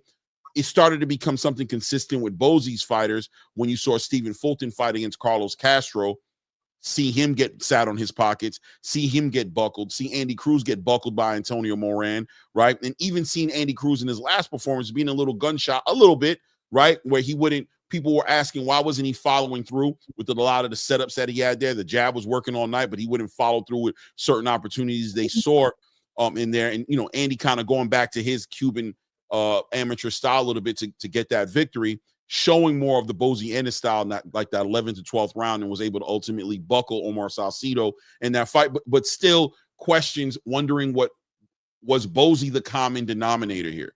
Well, in this fight, I think there was some redemption, right? He brought in Stephen Fulton. We know how Stephen Fulton performs. We know what we want to see from Stephen Fulton when we're seeing a victorious Stephen Fulton, a champion, unified champion version of Stephen Fulton. And that's what we saw last night. Bozy able to come full circle on that and deserves to be acknowledged and celebrated for that. Yay or nay, Ray? I agree. And not to mention, I mean, I have some insight with Stephen Fulton and Boots in a Boots camp with my nephew. He tells me a lot of things because he goes down there. He used to prepare these guys. Mm-hmm. He probably prepared them for this fight. I had to touch base with him. It could have even been well, Keith Cologne had a fight too. Shout out to Keith Cologne, Clay. We didn't put him on the screen. 100%. I wish I had a picture of him. No, Keith is another guy we're going to be talking about a little bit more often on this channel. It's coming down. But yeah, you know what I mean? With Josiah going down there a lot, you know what I mean? He has a lot of input in things of these natures, and he tells you, you know what I mean, what these guys are doing. He always says Stephen Fulton, he says, you know, Steph is a good fighter. He just had a bad outing anyway. And he said, you know, he said there was a lot of personal things going on outside the ring, which was reported with Stephen Fulton. So I believe it, you know, and sometimes that can, you know, put things on pause for a minute. And when you're doing that with your career, it can slow you down. You got to get your feet wet, like I said, and things of that nature. But Bozy came in there with a great game plan. Like I said, maybe it was his job. Maybe he was like, listen, I'm going to let you do what you do, and I'm going to tell you where you need to make your changes. And I think that's kind of what he was doing. I think if Bozy does that with some of the fighters other than Boots, you know what I mean, he like built Boots from how Boots fights, and he lets like Andy Cruz or any of these guys just fight, and he starts seeing things that are not working. He can tell them where to go and how to go. Maybe, you know what I mean, come over to obviously have a game plan, but, you know what I mean, some sort of game plan, but let these guys go in there, do what they do, and then critique it as it is. I think this is a good stepping forward for Bozy and the team, especially getting it now they got two champions in that gym, man. So we got to salute to the whole Ennis clan over there, man. That's dope. I had to give them that. And shout out to Ty Morrissette in the building. Yeah, I see some new people in the room, man. J Pitt City, Ty Morrissette. I see Richard Paris engaging. I ain't seen the outrage when Crawford couldn't get out of the way of Madrimov. Straight right. Boots gonna be all right. No doubt, Richard Paris, no doubt. Yeah, man, look, it's that's what it's all about. You know what I mean? I observe give my assessment of what I see. But man, I gotta give Bozy his credit in this fight. O'Shea Jones. What happened? Oh, they got 3 champs in the stable. O'Shea Jones too. Oh yeah, exactly. My bad. You right. Yeah, man. Shout out to O'Shea. That's yeah. Anyway, that being said, yeah, man, Bozy showed up, man. But that being said, on the back end of Bozy Ennis doing what he does, Stephen Fulton becoming 126-pound WBC champion in the ring, full champion, being that Ray Vargas is in recess. Look, man, 126 gets a whole a face job, right? Like it was. I mean, pause. I don't know if I need to pause or not, but yeah, it did. It was it pause worthy. All right. So, a facelift, should I say, not a face job, a facelift, right? I think Stephen Fulton brings that to the division, right? He brings that interesting factor to the division. You know, thinking about the future of 126, Monster in a way in the conversations of eventually coming back to 126 as well. Shushu Carrington right there, creeping around looking for his opportunity. He actually showed up to the press conference and kind of like, you know, made his presence felt. And also in some interviews he had with random platforms, he showed his interest in getting the winner between him and Brandon Figueroa. We know he's ranked like pretty much #1 in that WBC ranking, but he has options. Shushu in his own right is becoming a little bit of a William Zepeda. At 126, he's kind of like high in the rankings across the board. I think he's also #1 or #2 in the WBA rankings underneath Nick Ball. You know, Nick Ball being the champion. He has a lot of options there, but it looks like he has his eyes focused and might potentially have Stephen Fulton in the crosshairs of the next fight he's trying to take advantage of. And obviously, just like Tom Morris said as well, put Stephen Fulton in a space where he can now unify, you know, take advantage of some opportunities there with a Nick Ball and even an Angelio and other fighters that are holding titles up there, man. What do you think about the future of Stephen Fulton at 126 now that he's holding a belt? I think we see a repeat of 122 in reverse order, where he beat Angelo Leo for the belt and then went and beat Figueroa. I think now he beats Figueroa, maybe goes after Angelo Leo. But I mean, they're on the other side of the street. They're all with top ring. So it has to be made over there. But he can go get that belt over there. He could possibly go after Frank Warren, see if Frank Warren wants to make a deal, get that fight there. Or last but not least, you know what I mean, take on Espinosa. That's a tough and Rafael Espinosa too is there as well. Shout out to J Pit City, man. I appreciate that, man. Thank you, man. I got it a little wrong though, didn't I? Hold on a second. I thought that he was #1 in the WBC. He's actually #4 in the WBC. No, hold on. He's #2 in the WBC. I'm sorry. He's #1 in the WBO and the WBA. Puts him in the conversation of fighting against a Rafael Espinosa. We got to see what he decides to do as well. Rafael Espinosa has been entertaining going up to 130, challenging up there, holding a WBO title at 130, kind of puts him in position to run it with who's at 130 a WBO champion right now. Will be Lamont's WBA, Rafael's a WBC. Right. Who's holding the WBO? Navarrete. Yeah, Emmanuel Navarrete, exactly, putting himself in position to challenge Emmanuel Navarrete for a title shot up there. Now it'd be a great fight, by the way. Emmanuel Navarrete versus Rafael Espinosa. Sheesh. Oh, right. Did you know that he might even have the IBF direct line, man, with Angelo Leo? They're both right there in the same network, man. Bob Air might put that together for you. Right. You're right, man. So a lot of interesting things going on. I think Ray Vargas was the weakest link as far as a champion was concerned at 126. People kind of looked forward to seeing Brandon Figueroa do some great things, but I think Stephen Fulton's presence there now holding a title makes it even more interesting. You know what I mean? Kind of balances everything out, and you could just see the future of some big fights happening. I'm sure Shushu Carrington's fight saliva is gathering in his jaws of the opportunities that's in front of him. Pause. You know what I'm saying? I don't know. You know, I maybe it's a pause worthy moment, but at the end of the day, there's a lot of fighters. It puts perspective on a lot more big fights at 126. And yo, man, I'm super pleased to say the least to see Stephen Fulton shine the way he is. He's back like he never left. Keep in mind, ladies and gentlemen, he lost one fight against the pound for pound, arguably the pound for pound best fighter in the world, and Monster Inoue at 122, when he was on his way out of 122, traveling all the way to Japan, dealing with all those adversities that he went over there. In essence, in hindsight, he never left. He's still that guy, and he showed improved last night. What were you about to say, Ray? One, I want to know what was the payout for this fight, bro? Because I should put $50 on it, bro. That would pay me like $2,500. It was 190. It was a plus 190. You talking about my payout? Yeah. Like how much I put up and how much I got back? Yeah. I'm not sharing that. Yeah, don't do that. Don't do that. You probably put it back. It was worth my while. It was worth my while. Well, send it my way. Listen. What I did want to say is, don't forget that Fulton said that he wants that rematch with Inoue. He said he wants it here in the States. He's not going back to Japan. He wants that rematch because he wants it on equal playing ground. Right.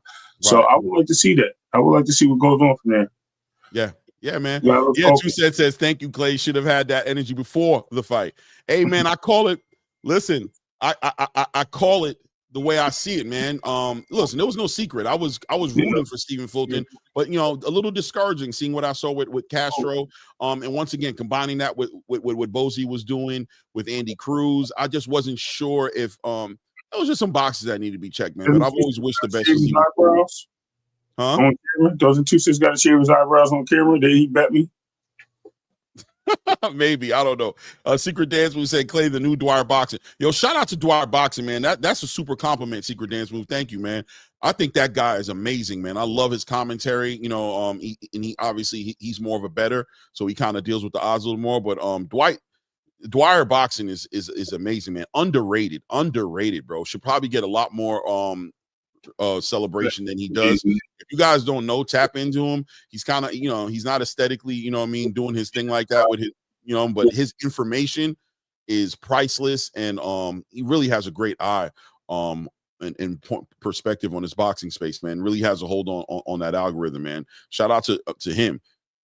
Shoot, man, I'd love to have him on this channel one day, man. I'll be honest with you. People don't talk about him, but he's really like that. He switched it up. Now Shakur and Kid Austin. Look at him, Clay. Switching it up on me, man. Now, Ray, we bet eyebrows that Shakur beats Kid Austin. I didn't bet anything. I just laughed that he said that. I thought it was hilarious.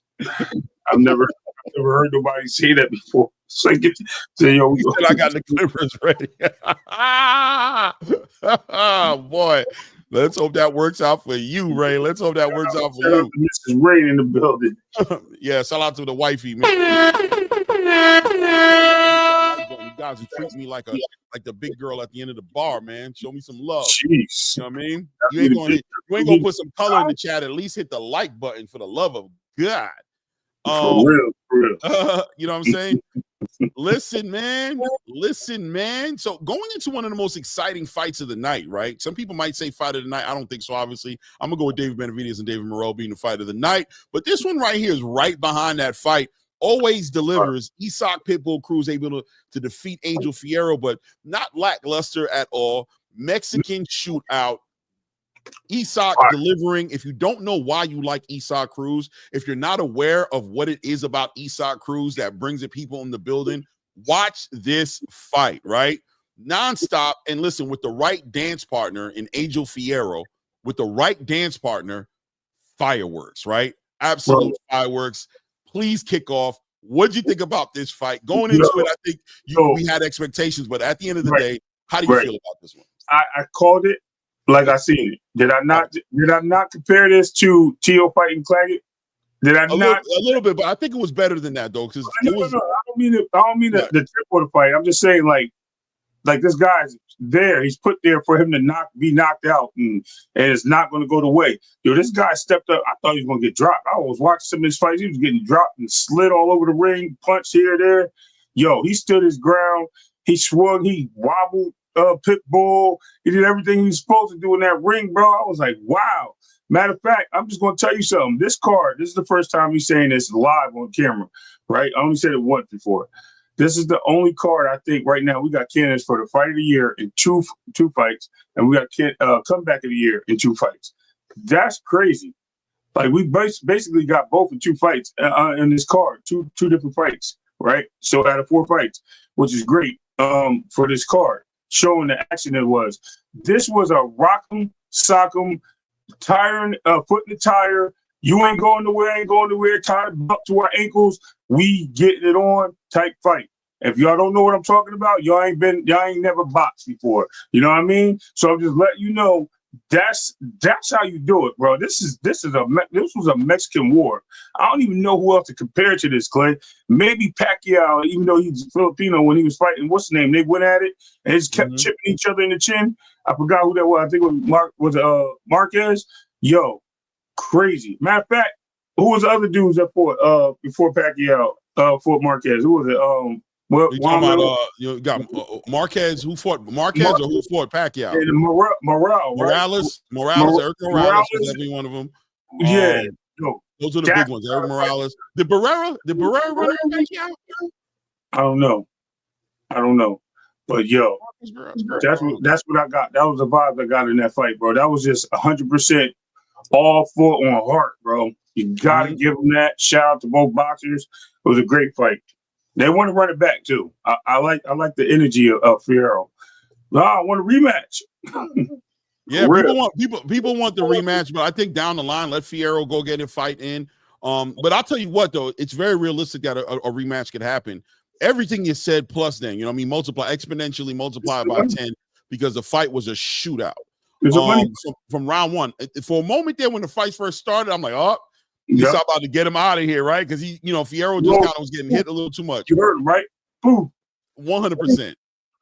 And then Figueroa showed and proved like I got a chin, bro. That's not gonna work with me. Like you hear, it's like that. But hey, bro, my record speaks for itself. It's not a fluke.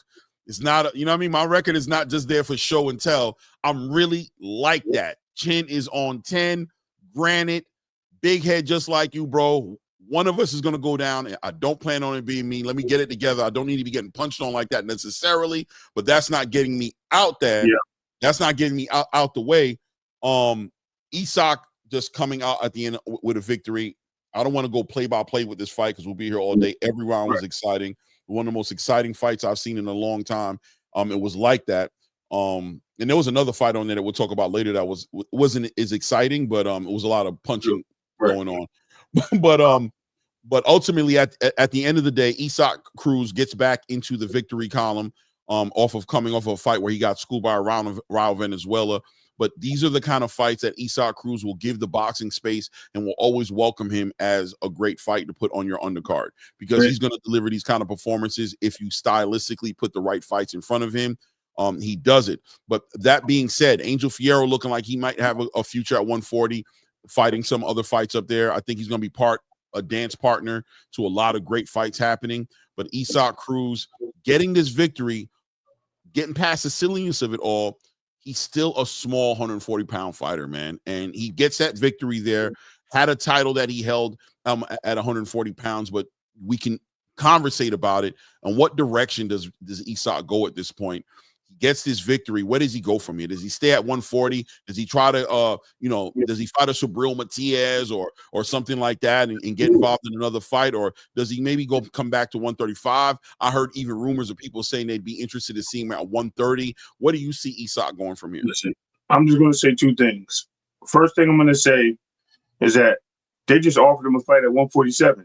So I don't think Pitbull going down anywhere, number one. Number two, I hear the fan base saying that he needs to be at 135. 140 is too big. He is not too small for 140. Okay. I'm letting you know right now, I think this guy can fight with everybody at 140, some at 147, and he dominated at 135 a lot of his fights, aside from Tank. So my thing is, as a boxer, and this is where the Benavidez mindset comes in, right? Or any other fight that challenges themselves. You want to go where the challenge is to yourself. You want to go to your limits and push your limits. So if 140 is that limit, then I think that's where he needs to be. Because obviously you can see everyone will take this and, he's just a normal fighter. He didn't fight nobody. And look at the fight. He doesn't deserve to be there. No, he does deserve to be there. The guy he put him in the ring with was a great, great matchup. Styles make fights. We all know this. And guess what? Pitbull don't look like he's going anywhere. I think he's a strong 140 pounder. I think he's a tough 140 pounder. I think he can go in there. He can beat pretty much anybody if given the right moment, a great opportunity. Even a rematch with Ryo, even Gary Hunter Russell. He could beat any of these guys. Not saying that he will. You know what I mean? Styles may fight again. You know what I mean? And whatever luck of the draw you got. But let me tell you something. 135 is not it. He goes down there. He's stronger than anybody, even though he's a smaller guy. He's knocking these guys out. He has too much power, and I think that does not help his career. I think he'll be talked about as being maybe possibly a weight bully as a smaller fighter, right, or anything like that.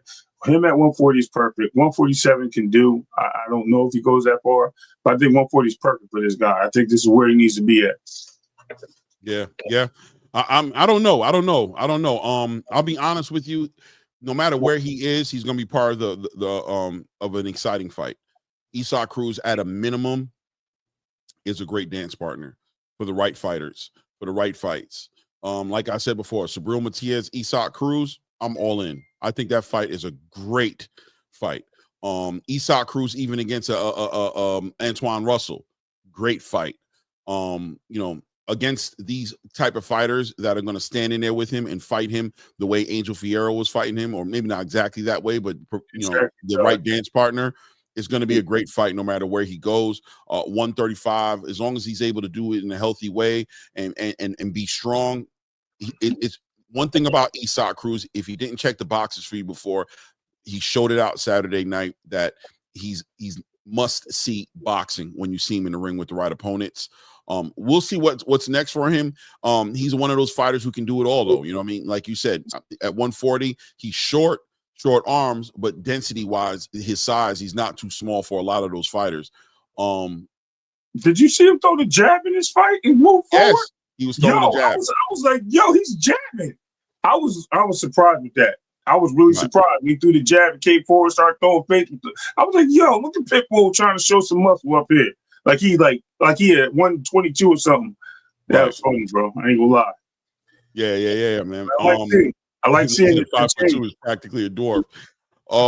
Listen, man, must see boxing, man. I loved every minute of it. Super entertaining, man. You fighters, certain fights, you go into the fight expecting things. And what Isaac did Saturday is what I expected from Isaac Cruz. And it's why I look out for Isaac Cruz. It's what I want to see from Isaac Pitbull Cruz when he's fighting, right? It is what it is. I'm not even looking at it right now. See how you guys have all these high expectations for the short fighters. Yeah, Bob ain't gonna never lose an opportunity. He's never gonna lose an opportunity, bro. He finds one, he's gonna throw the shot. Bob is short, bro. I think Bob like 5'0". Yeah. Yo, shout out to the next fight. This fight right here, just lightly kind of covering it, just an outclass. A boxing, just a boxing class. A lot of things got exposed in this fight. But look, Jesus Ramos dismantles Jason Rosario in their meeting. It was at 160. I didn't find out till late that it was going to be at 160. I thought it was going to be a 154 fight. Then I come to find out it was a 160 fight, which makes sense for Jason Rosario as well, who's campaigning at 160 right now. So, it was a fight for Jesus Ramos to come back from a real weird loss, split decision to Erickson Lubin, a fight that a lot of people thought he won. But if I would be honest to say that Jesus Ramos lost the fight off the strength of a strategy that was kind of he almost tried to run off with the bag against Erickson Lubin, right? Like he was doing well the first half of the fight, but then decided he was just going to skate for the second half of the fight and not give us a fight. And, the boxing guys kind of punished him a little bit. Like, that's not how you do it. You fight all the way through. Kind of, I compare it obviously to back in the day, Oscar De La Hoya and Felix Trinidad, the way Oscar tried to kind of skate off with the win because he felt like he won 7 of the 12 rounds already.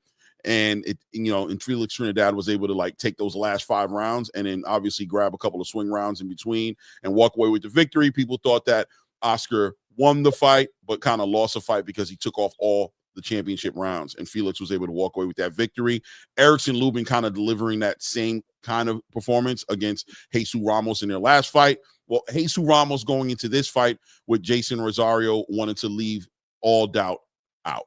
He learned his lesson from what happened in that fight and just literally went in there and, as I stated right here on the screen, dismantled Jason Rosario punching on Jason Rosario. Shout out to Jason Rosario for showing his resilience, his sturdiness, able to take a lot of punishment. He did go down once in the fight, but really offering no real threat to Jesus Ramos, and ultimately the fight gets waved off by the ref, who was just sick and tired of watching him get punched on the way he did. How do you feel about the fight, Ray? Well, I just his manager actually just did an interview with a trainer and was saying that, you know, this is what they live and die for. This is what they do. This is their profession. If they want to fight, let them continue to fight. I kind of disagree, because sometimes people do things notably just because, you know what I mean, without sacrificing and understanding what their means are and what that you still have it tomorrow.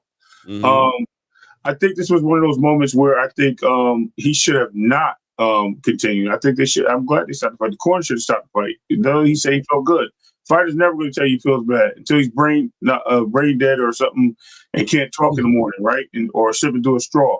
We don't want to see that in the sport. You know what I mean? Accidents happen. We understand, but when it's controllable and it can be controlled, we should take the advantage of controlling it.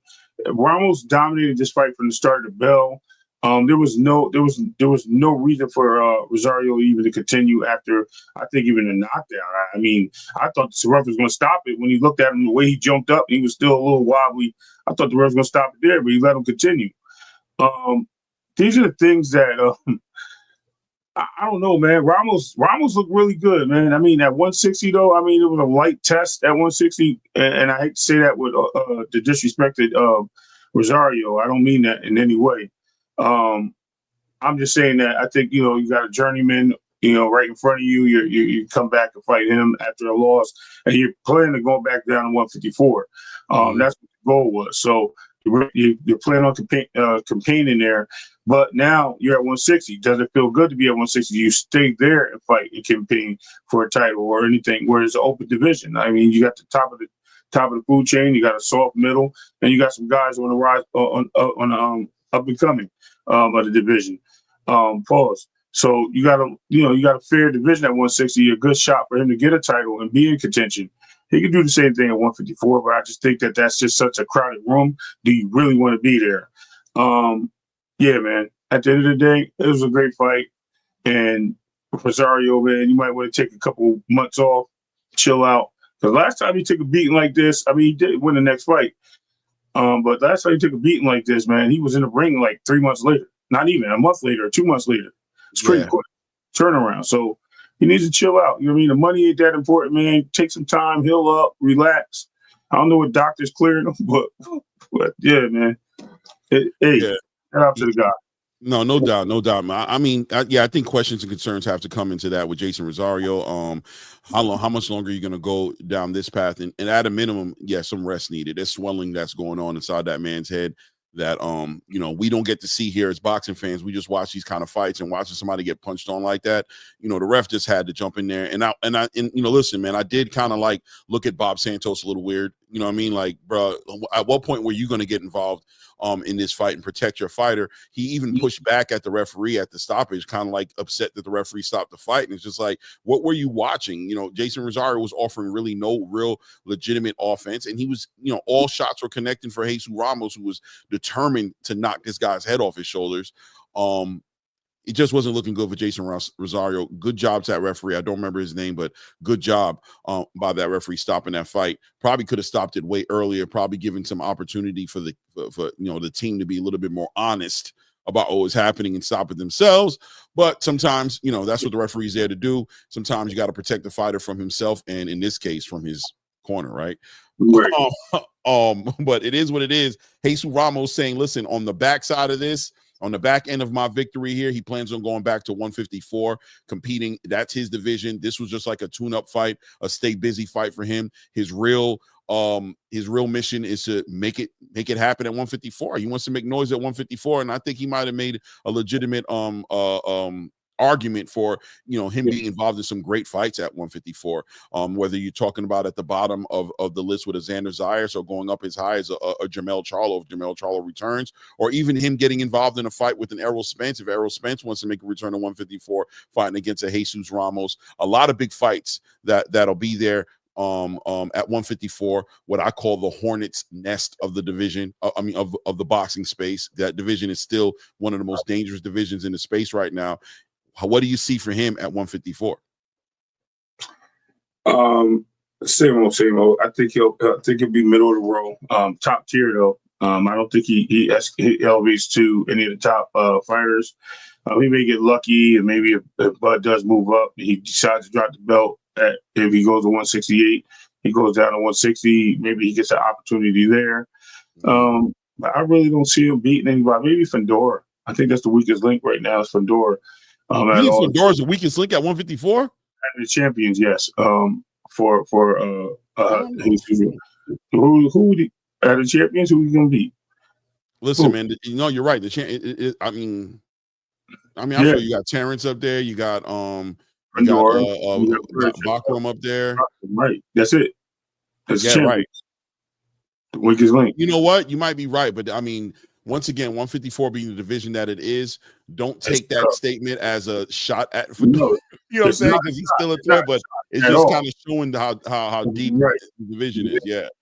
So I mean, that's the only thing I can see him line himself up with. And I mean, unless he wants to get exciting fights with the rest of the crew, I mean, they're just gonna beat each other down. You think Bakram's the weakest link? I doubt it, man.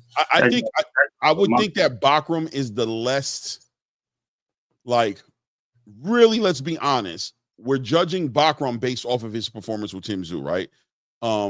He had performances before that, but Tim Tszyu was the performance going into that fight. A lot of people favored Tim Tszyu going into that fight.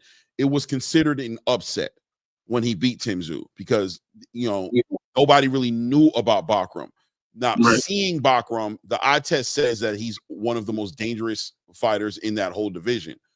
Sebastian Figueroa, before the Bakram fight, I would say Sebastian Figueroa was the biggest threat at 154, even over Terrence Crawford, who came off of a fight against Madrimov, who people were considered made him look human. Some people think that Madrimov beat Terrence. I'm not one of those guys, right? But just to say, Sebastian seemed to be the fighter that nobody wanted to fight against. Terrence wasn't making the fight happen. Errol didn't make the fight happen. He's the towering inferno. He's a 6'6", whatever he is, guy. He's a guy with a super long arm reach. He's the puncher. Even what's my guy's name? What's my guy's name, man? Serhii Balachuk says he's the hardest puncher in the division. He said that guy's the hardest puncher. He's like he punches harder than anybody's ever fought against. But look, Bakram, I'm in agreement with you. I'm still going to stay on what you said. I think Sebastian is the weakest link there at 154, even though arguably Terrence Crawford, stylistically, he's got that IQ. But as far as like danger, when you think about danger, threat, getting punched out your boots, getting hurt real bad, I don't know if Terrence is there yet at 154 as much as Sebastian Figueroa being proven with the fights that he's been involved with. You saw how he swole up Erickson Lubin's head. You saw what he did with Tim Tszyu. You've seen him do things. Obviously, Brian Mendoza knocking him out wasn't a good look, but he was doing a lot of damage to Brian Mendoza even in that fight as well before he got stopped.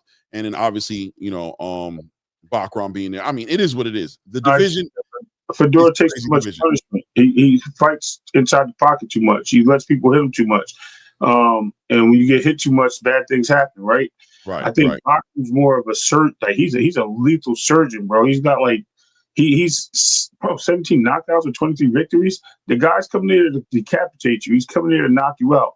And I think Bud is just ring IQ. And I don't think Bud puts himself in a position to lose to somebody like Jason Rosario. Jesus Ramos.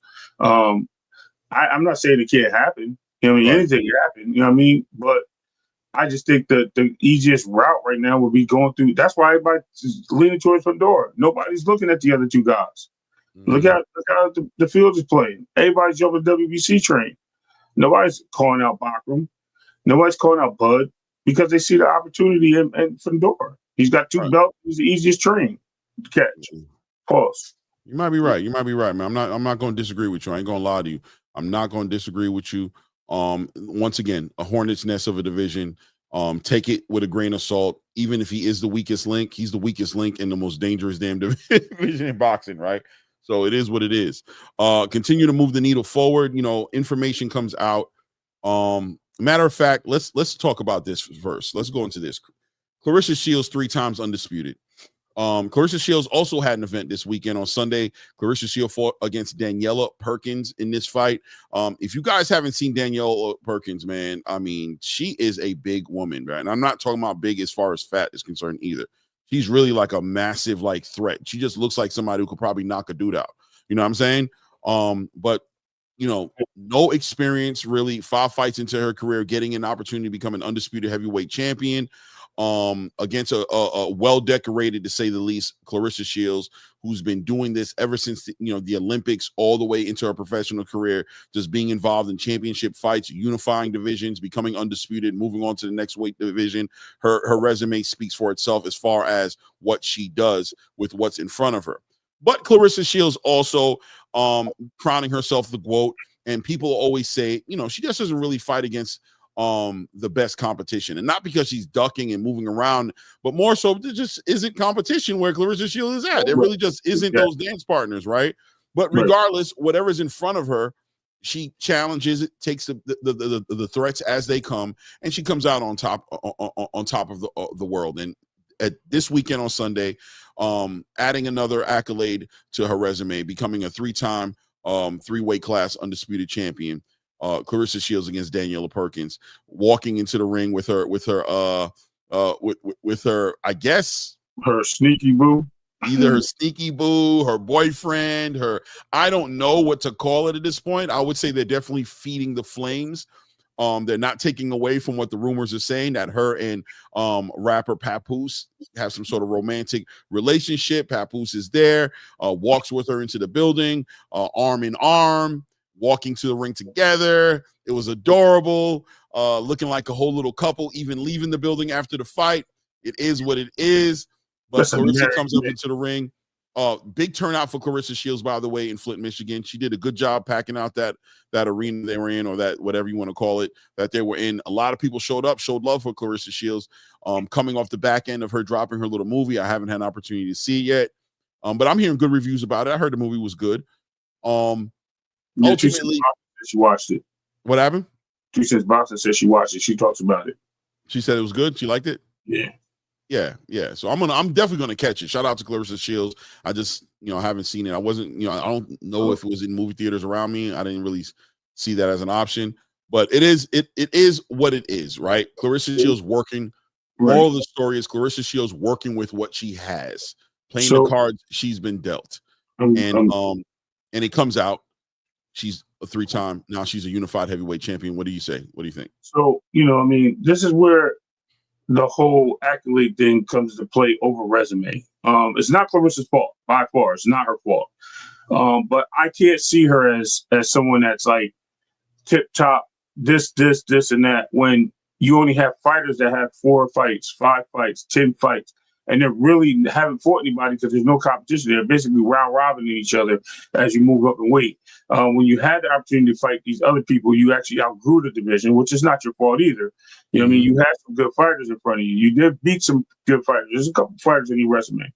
But for the most part, out of her 17 victories, she really hasn't, fought anybody that I could say, all right, that means you were in a fight. This is why the lower divisions, the queens in the lower division, get more attention than Clarissa Shields. This is why she gets upset. I'm not knocking her for what she's done. I'm just saying that we have to look at the reality of it is, are we giving her too much credit, or are we just giving her enough? I mean, they made a belt out of nowhere just so she can have disputed. She already had the belts. She was already undisputed. Why did they have to add the belt? Because there was no other belt there, right? So again, these are different things just to throw accolades at her. And I appreciate it because it's not her fault that she's in these situations, right? So I'm thinking they're trying to help her career and give her some stature.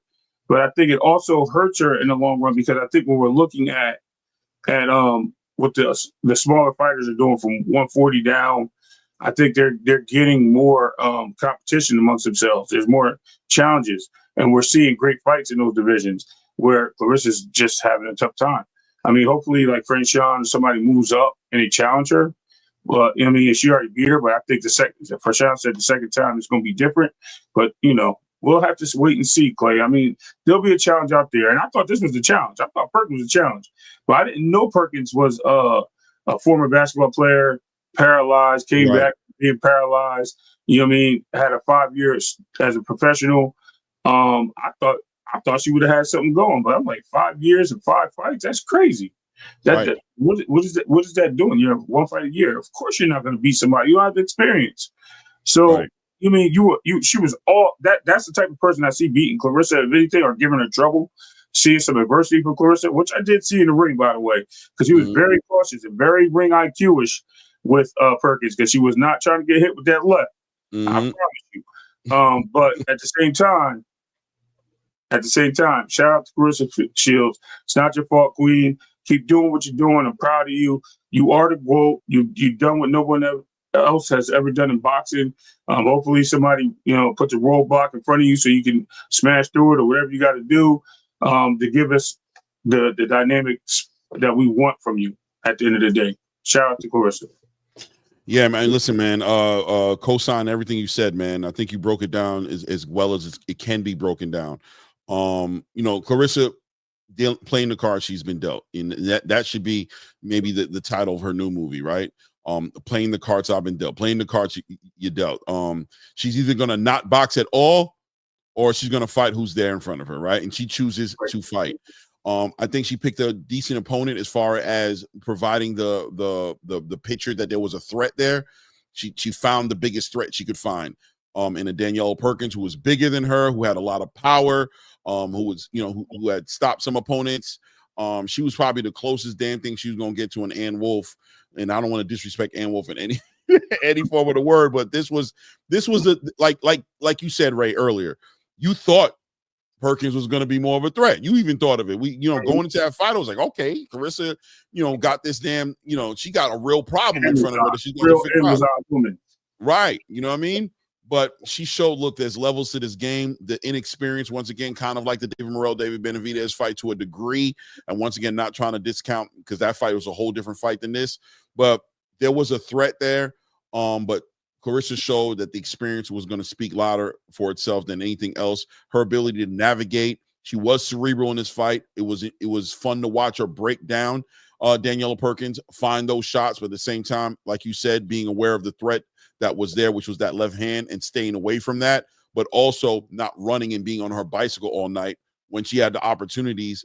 Let her hands go, and ultimately we saw in the last 15 seconds of that 10th round was able to catch that chin with that right hand and put down Daniela Perkins at the end of the day. A beautiful punch, by the way, one of the best well-placed punches I've ever seen in women's boxing. Just nice and clean, right across the chin. Right, you saw the setup pulled right, put that head off that line, off that jab, and came right over the top with that right hand and just hit her on that chin. Her knees knocked before. Right. I don't know if they knocked her getting up or they knocked her going down, but they. It is what it is, right? Yeah, shout out to I slightly disagree with you, brother. You know what I mean? It's only opinions, right? So it's not that you're right or wrong. I do think that there's a lot more action and a lot more fights to make against competition at the lower weight classes. Mm-hmm. I think that we're about to watch Sky fight, right? Sky's fighting another opponent that's decent. She outclasses a lot. She's been calling out the bigger fighters, you know what I mean? But I think she's ready for a Serrano? No, absolutely not. And did Serrano fight Bumgarner, right? Is that a great fight? Yes, that's a great fight. They're in and around the same weight classes. You know what I mean? Katie Taylor, again, in and around the same weight classes. All these women are in and around the same weight class, where Clarissa is basically on an island by herself. That's what we're saying. I'm not saying that these guys can't. Savannah Marshall, she already beat her. There's no point in fighting Savannah Marshall. I promise you. If y'all think Savannah Marshall got a chance, go for it. But I don't think she does. I think it showed a lot when she hit her with that first punch, solid, and Savannah Marshall got backed up like, I don't want this. I don't know, man. I just feel bad for the queen, man. Like I said, I think she's there. She's doing what she has to do, man. You know what I mean? The road can only take you where it leads. You can't go nowhere else. So that's what she's doing. As long as she's continuing her journey on that road, man, I'll support her. And I do recognize her accolades, and I'll give her crown as the queen. But I mean, I just think there's a lot of questions, and I'm not wrong for saying that. There are a lot of questions when it comes to the other divisions on their competition to hers. I agree, man. I agree with you 100%, man. We'll see what she does next. She called out and said she was looking at potentially fighting Franchon Cruz again, or maybe even fighting Savannah Marshall, like you said.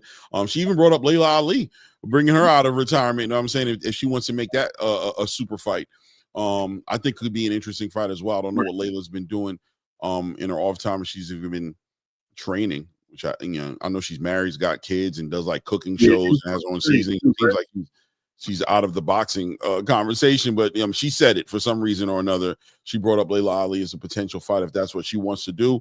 But look, she's a three-time, three-weight class undisputed champion. I think that deserves recognition. She has every right to call herself the GOAT based off of her accomplishments and her accolades.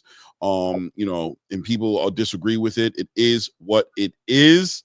But look, man, Clarissa Shields, congratulations to you. I think she's must watch. Of the day, she's must watch. So I mean, I give her that. You know what I mean? She's getting the bag with it. It ain't like she's not must watch. Right. You know what I mean? Because we all want to see who's going to give her competition. That's what we all want to see. Yeah, she is 47, but I think Layla Ali can still. She said she can still. It depends on where she's at. If she's training and she's still in that mindset and she's still got the abilities. Right. If we're thinking about the Layla Ali from years ago competing with Clarissa Shields, that's a great fight.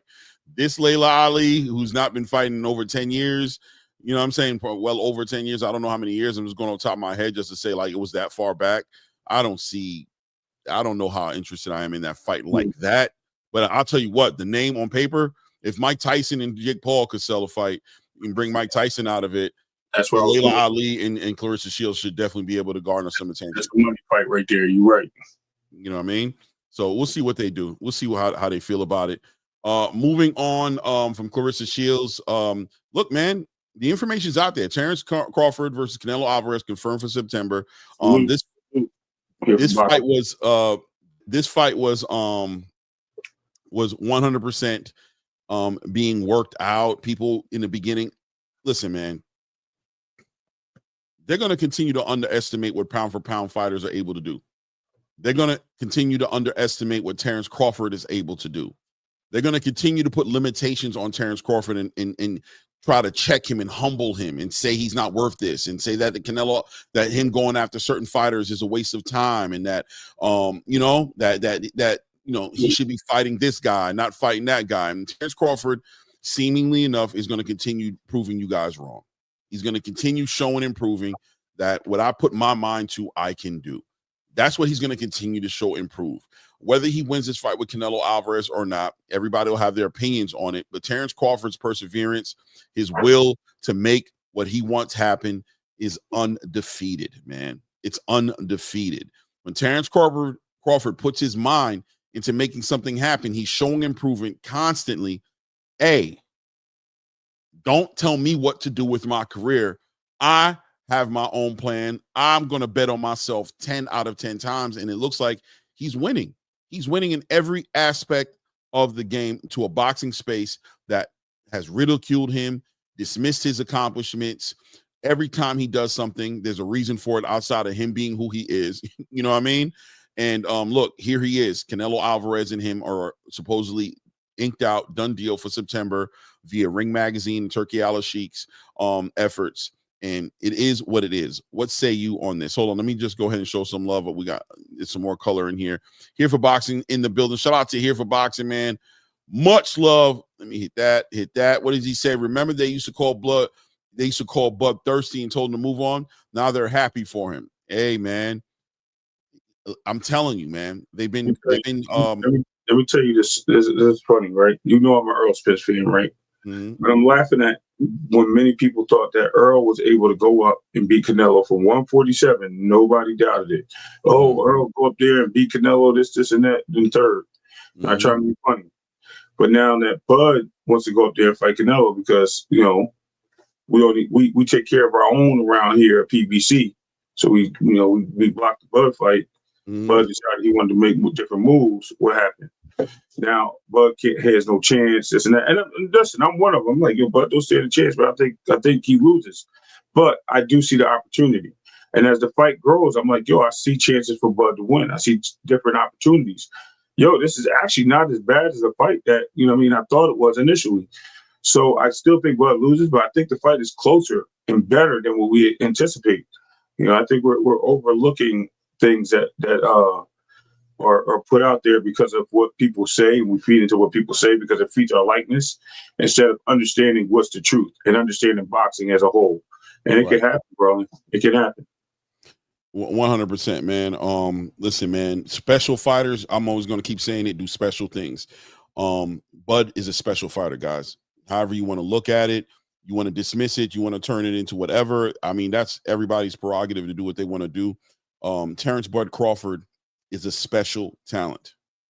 And when you talk about special talents, when they say they're up for a challenge, as a fan, be excited to see if they can deliver, because he's got a history of delivering, right? He's got a history of doing that. And if you put it in the right perspective to say that, look, if he's able to deliver and get a victory over Canelo Alvarez, bro, that's an amazing feat of accomplishment. That is an amazing accomplishment for a fighter to be able to go up 2 weight classes and fight a face of boxing era, talent of the era, champion of the era. You know what I'm saying? Canelo Alvarez, this is arguably his era of boxing right now. Terrence Crawford wanting it to be the Terrence Crawford era. Who better to prove that against than the face of boxing in Canelo Alvarez? If he's able to accomplish this, guys, there's no argument. There's no pushing back. He is who he is. So as boxing fans, I would always encourage everybody to support something like this.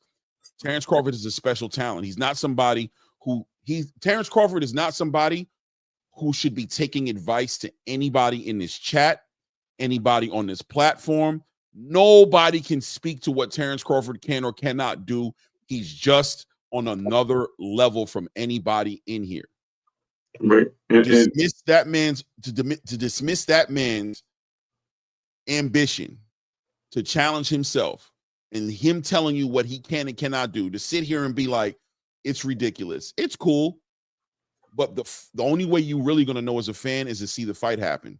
Me personally, respecting him for who he is, I want to see what that looks like. So I'm ready to see that. Right. And a lot of people keep thinking that because he fought Madrimov, it's the same as Canelo. No, Canelo's a harder puncher than Madrimov, right? But Canelo only fights really 1 or 2 styles. He doesn't have a whole unpredictable movement, unpredictable grasp, you know what I mean, as he's moving in, giving you different looks. Canelo's going to give you the same look. He's going to give you the opportunity for you for Bud to make opportunities to hit him. Listen, it may be like the Charles. We don't know. So at the end of the day, we really don't know how it's going to go, right? He may hit Bud with a shot, and Bud be like, yo, what the hell did I get myself into? And he may run like Charlo. But then again, he might swing that shot, and Bud might clip him and knock him down. And everybody like, yo, he just knocked down Canelo. What are we going to say then? Anything can happen in boxing, guys. It's a fight, right? Just like if you go outside, nobody told you that the kid that was 6 foot tall when y'all were in 2nd grade, y'all know about those kids, right? You always had that one awkward kid that was the size of an adult, but he, you know what I mean? He always thought he was a bully, and you went out there and beat him up, right? So no one's told you, hey, he's too big. You're out of your class. You never fought somebody in the upper class. Maybe you were in 8th grade, you fought somebody in high school, and you beat them up, or just fought them, and it was like, yo, you was hanging with this dude. He in high school. I'm just saying, bro, like, it's the same thing. You know what I mean? You're going to have people that are stronger, bigger, or certain things that happen, right? But what does Bud have? You have a pound for pound great with the face of boxing, 2 different sides of the paper, right? Meeting for a great fight. You know what I mean? For a big fight for us fans. But yet we're too busy wanting to throw shit at it instead of, you know what I mean, applauding and say, yo, this is a good fight. Let's see it happen. And that's the problem. We disregard it either because we don't like the fighters or the fighter, or we disregard it because we just haters. It's one or the other. So I think we should just accept it and see where it plays out and then go that way. What's up, Edwin? Shout out. Salute, Edwin. Salute, King. Salute to everybody in the building that haven't acknowledged Rusty Cage. I see you up in the building. Frank Espinoza, shout out to you. Listen, man, I hear what people are saying, right? Wishful thinking. It's not about wishful thinking. It's about a great fight. What do I wish more than anything? I wish and I hope that the fight is a great fight. I hope to see Terrence Crawford tested in ways he hasn't been tested. I hope to definitely see Canelo Alvarez tested in ways he hasn't been tested. We all can go into the fight rooting on whoever we want to root on. But I think more important about whether or not Terrence Crawford can win this fight or not, I think the most important thing is whether or not Terrence Crawford can make this a competitive fight and make this a great fight for the ages. And like I said, special fighters do special things. If you haven't seen enough of Terrence Crawford for that special fighter box to get checked off, then you might go into this with a whole different energy. This fight is starting to garner a lot of attention. And it's garnered the respect of the boxing space as far as other fighters, other Hall of Famers, people like Teddy Atlas, you know what I mean? Caleb Plant, David Benavidez, people who are in the sport are actively speaking positively towards this fight, saying this is going to be a great fight. This is not Mike Tyson versus Jake Paul. This is not some nonsense fight that shouldn't be happening. As the year continues to go on, of course, you're going to hear me celebrate it. You're going to hear a lot of other boxing platforms celebrate it. Look at the odds that Vegas kind of put up some like premature odds because the fight wasn't put together yet. Close fight. People have Terrence Crawford as an underdog to lose this fight, but he's not no 12 minus 1200, you know what I mean, plus 1200 underdog. I think he's like a plus 190, plus 170, something like that on this fight. And obviously Canelo on the other side of that being a minus probably like under 200 from what I understand. You know what I mean? Like a minus 170, 150 or 200, whatever have you. Everybody is talking about this fight being competitive. It's going to get hate because people, I truly believe that a lot of people still personally don't like the Terrence Crawford, Errol Spence situation. A lot of Errol Spence fans are just going to hate Terrence Crawford forever based on what happened in that fight. But it is what it is. Like I said before, Terrence Crawford continues to prove the haters wrong, chooses to continue to expose his detractors. Once again, putting more credence on, don't tell me what to do. You guys have been saying Bud is a bad businessman. Bud is not worth this. Nobody wants to see Bud. He doesn't put asses in seats. He's not selling pay-per-views. Against all those odds and all of those accusations to a degree that could be real, to a degree can be proven. He's never been a big pay-per-view star. You're right. He struggles in these areas. You know what I'm saying? Bud just has never crossed over as Errol Spence did, or as Tank Davis did, or as Canelo Alvarez did. He's just never done that. But I'll tell you one thing for sure, two things for certain. When Bud puts his mind to something, he's showing improve, and it's showed improve historically that he's able to accomplish it, whether it be inside the ring or, yes, outside the ring with negotiating, getting fights, getting the cuts, getting the money he wants to get. He's garnered that respect, and nothing's going to change that. And once again, just showing improving right now that's what he's going to continue to do. So we'll look forward to seeing how that develops. I think the big story, the next story is going to be whether or not Terrence Crawford is going to take a tune-up fight. If he does, who's it going to be against? Will it be at 160? Will he maybe make a fight with Arizona Lowry? I said Arizona Lara. Maybe he makes a fight with, I heard rumors of Sergey Derevchenko at 168 being a potential stay busy fight. If he wants to, test the power, test his resistance, see if his power translates at all at 168, potentially doing that. Or he may not fight anybody at all, preserve the deal that's on the table, the money that's there. Why risk it? Why risk injury? Why risk losing a fight and taking away from this fight? This is a big deal.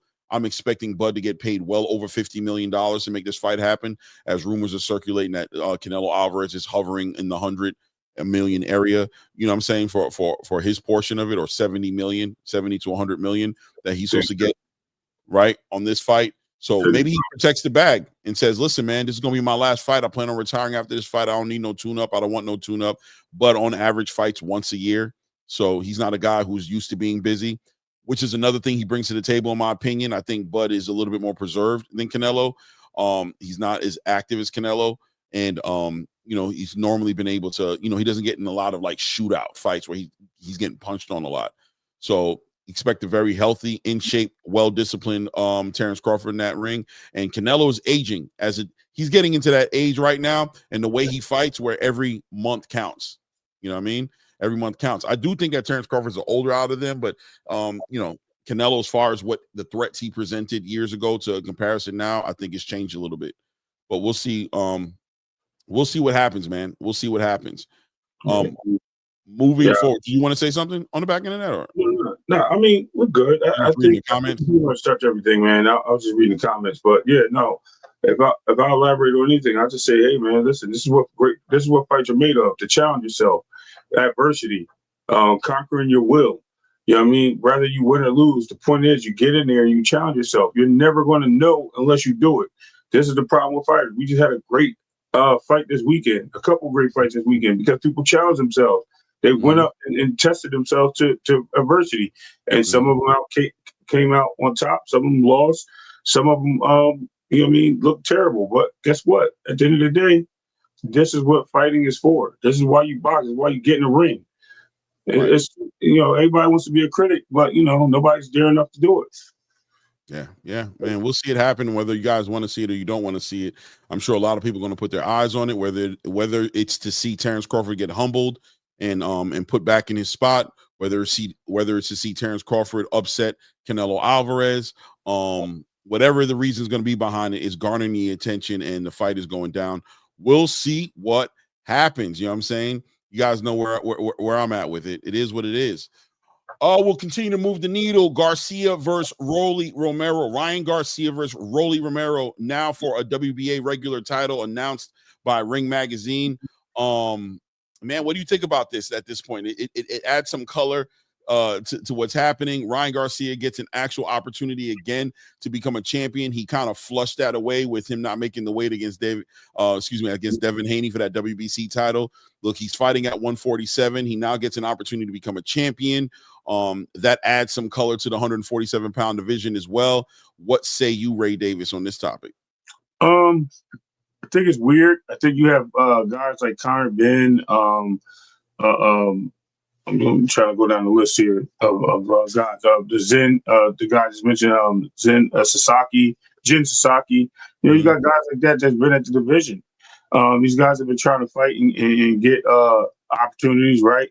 And you got two guys that's coming up from 140.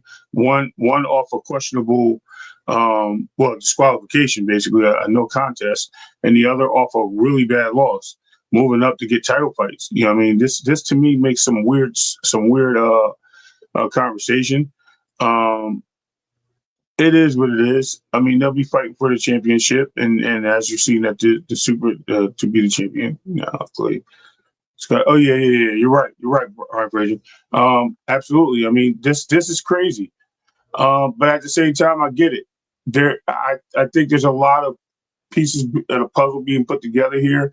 I think they're trying to build this whole four-way tournament thing going forward, and the winner of all these fights actually go on to combine for an opportunity for whatever 2 or 3 belts, whatever at the end happens, or a unified championship, whatever the case may be. I think that plays a good part of it.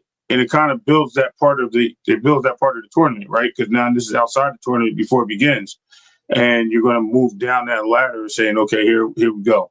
So it's pretty cool, man. I think it's all right based on those circumstances, but I just think it's a little far fetched at the same time.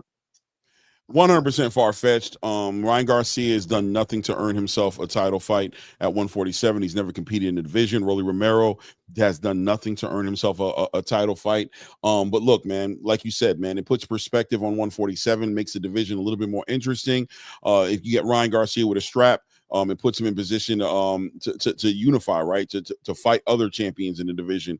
And, you know, just add some color to the division. You can see that I'm assuming Turki Al-Sheikh is involved in petitioning, or his team, or whoever handles this for him is probably petitioning for these things to happen the way they are. The future of 147 being with Jerron Boots Ennis there, with Teofimo Lopez being there, Devin Haney also talking about competing up there.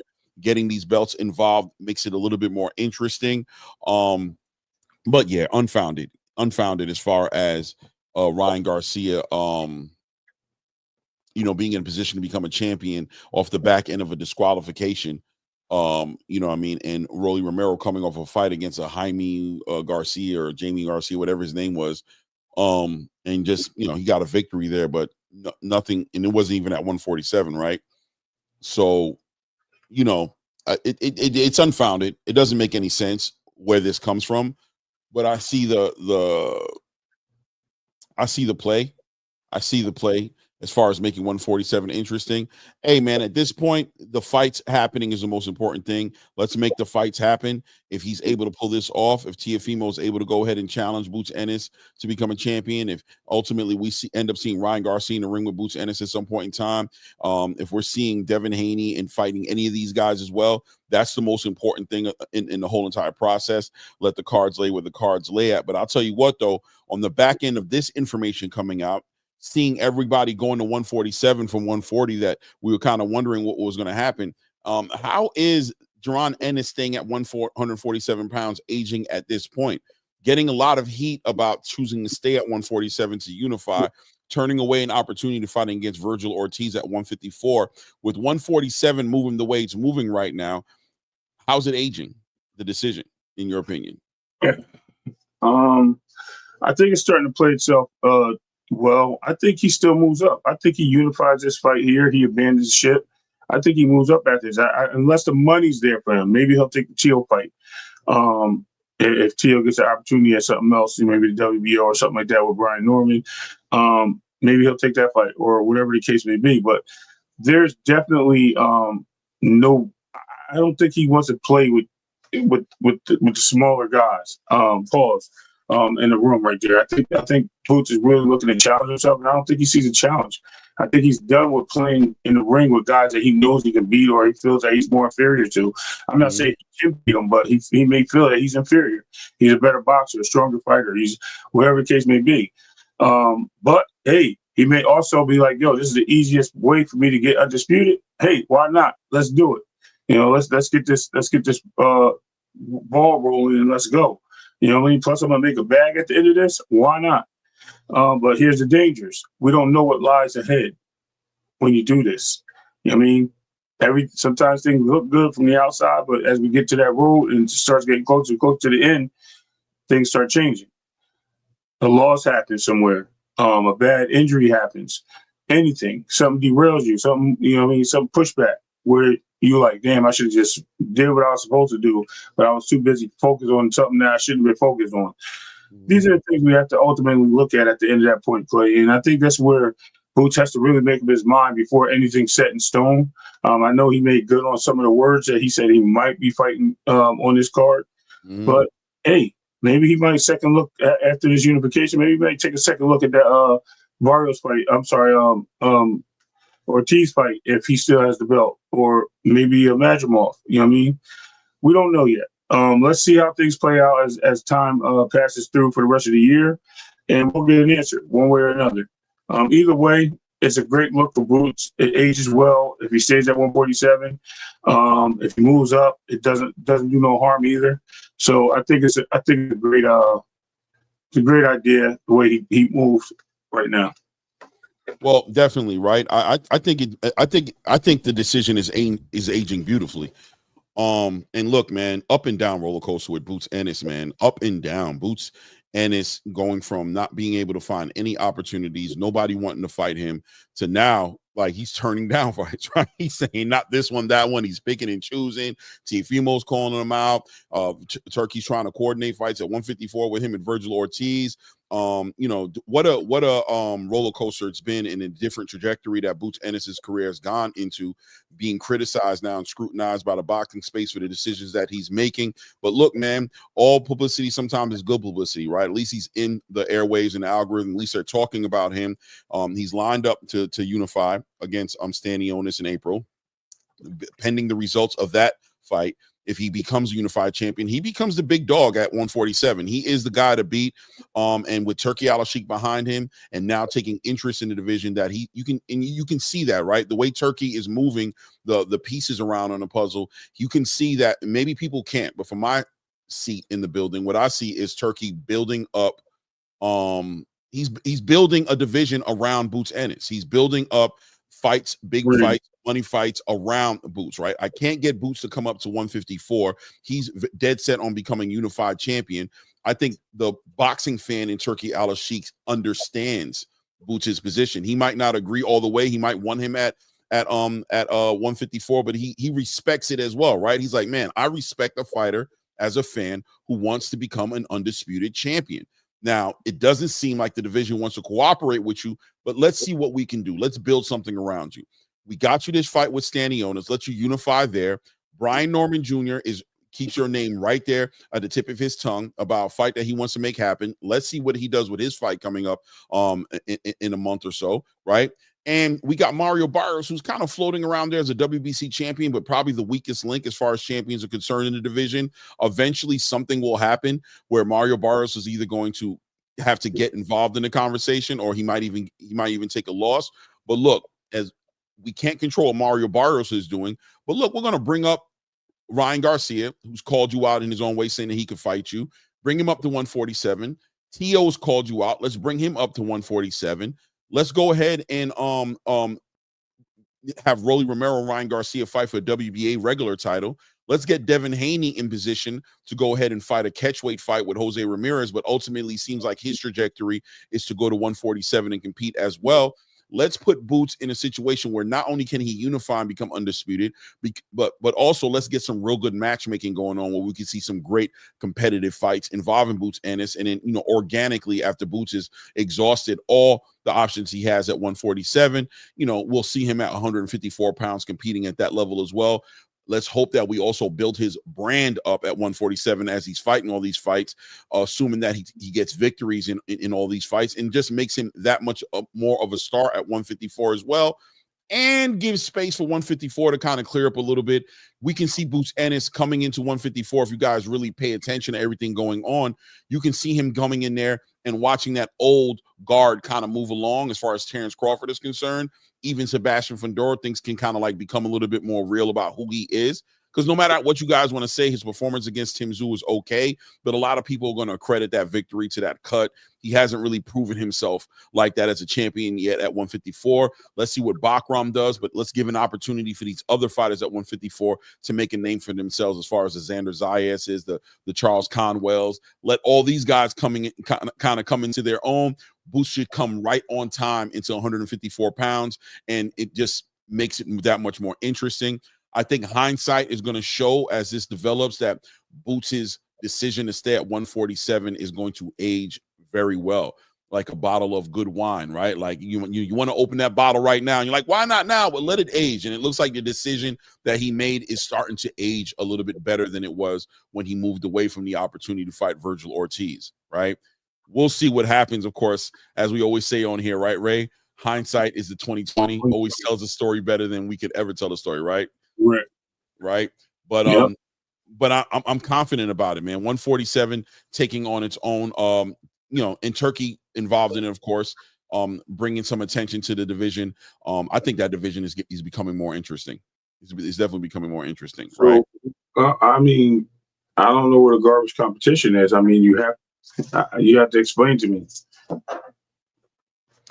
Hunter, you can, I mean, obviously Hunter Young is not interested in what's going on up there, but I do believe it is going to. I mean, call it what you want to call it. You got Ryan Garcia up there alone. That makes it interesting. He has a huge following involved in the biggest fights. You know what I'm saying? No doubt. Respect. I know respect. I know, bro. I know, man. You really brought it full circle, man. And I think it was a Stephen Fulton fight that came full circle for you. That was the one that I'm sure you was in the air about. Man, Stephen Fulton showed out, man. Big. You gave me $5, man. I know you living like a king over there. Respect out there in South Florida, man. You know what I'm saying? It's all good, though. We appreciate any kind of support we get up. For sure, bro.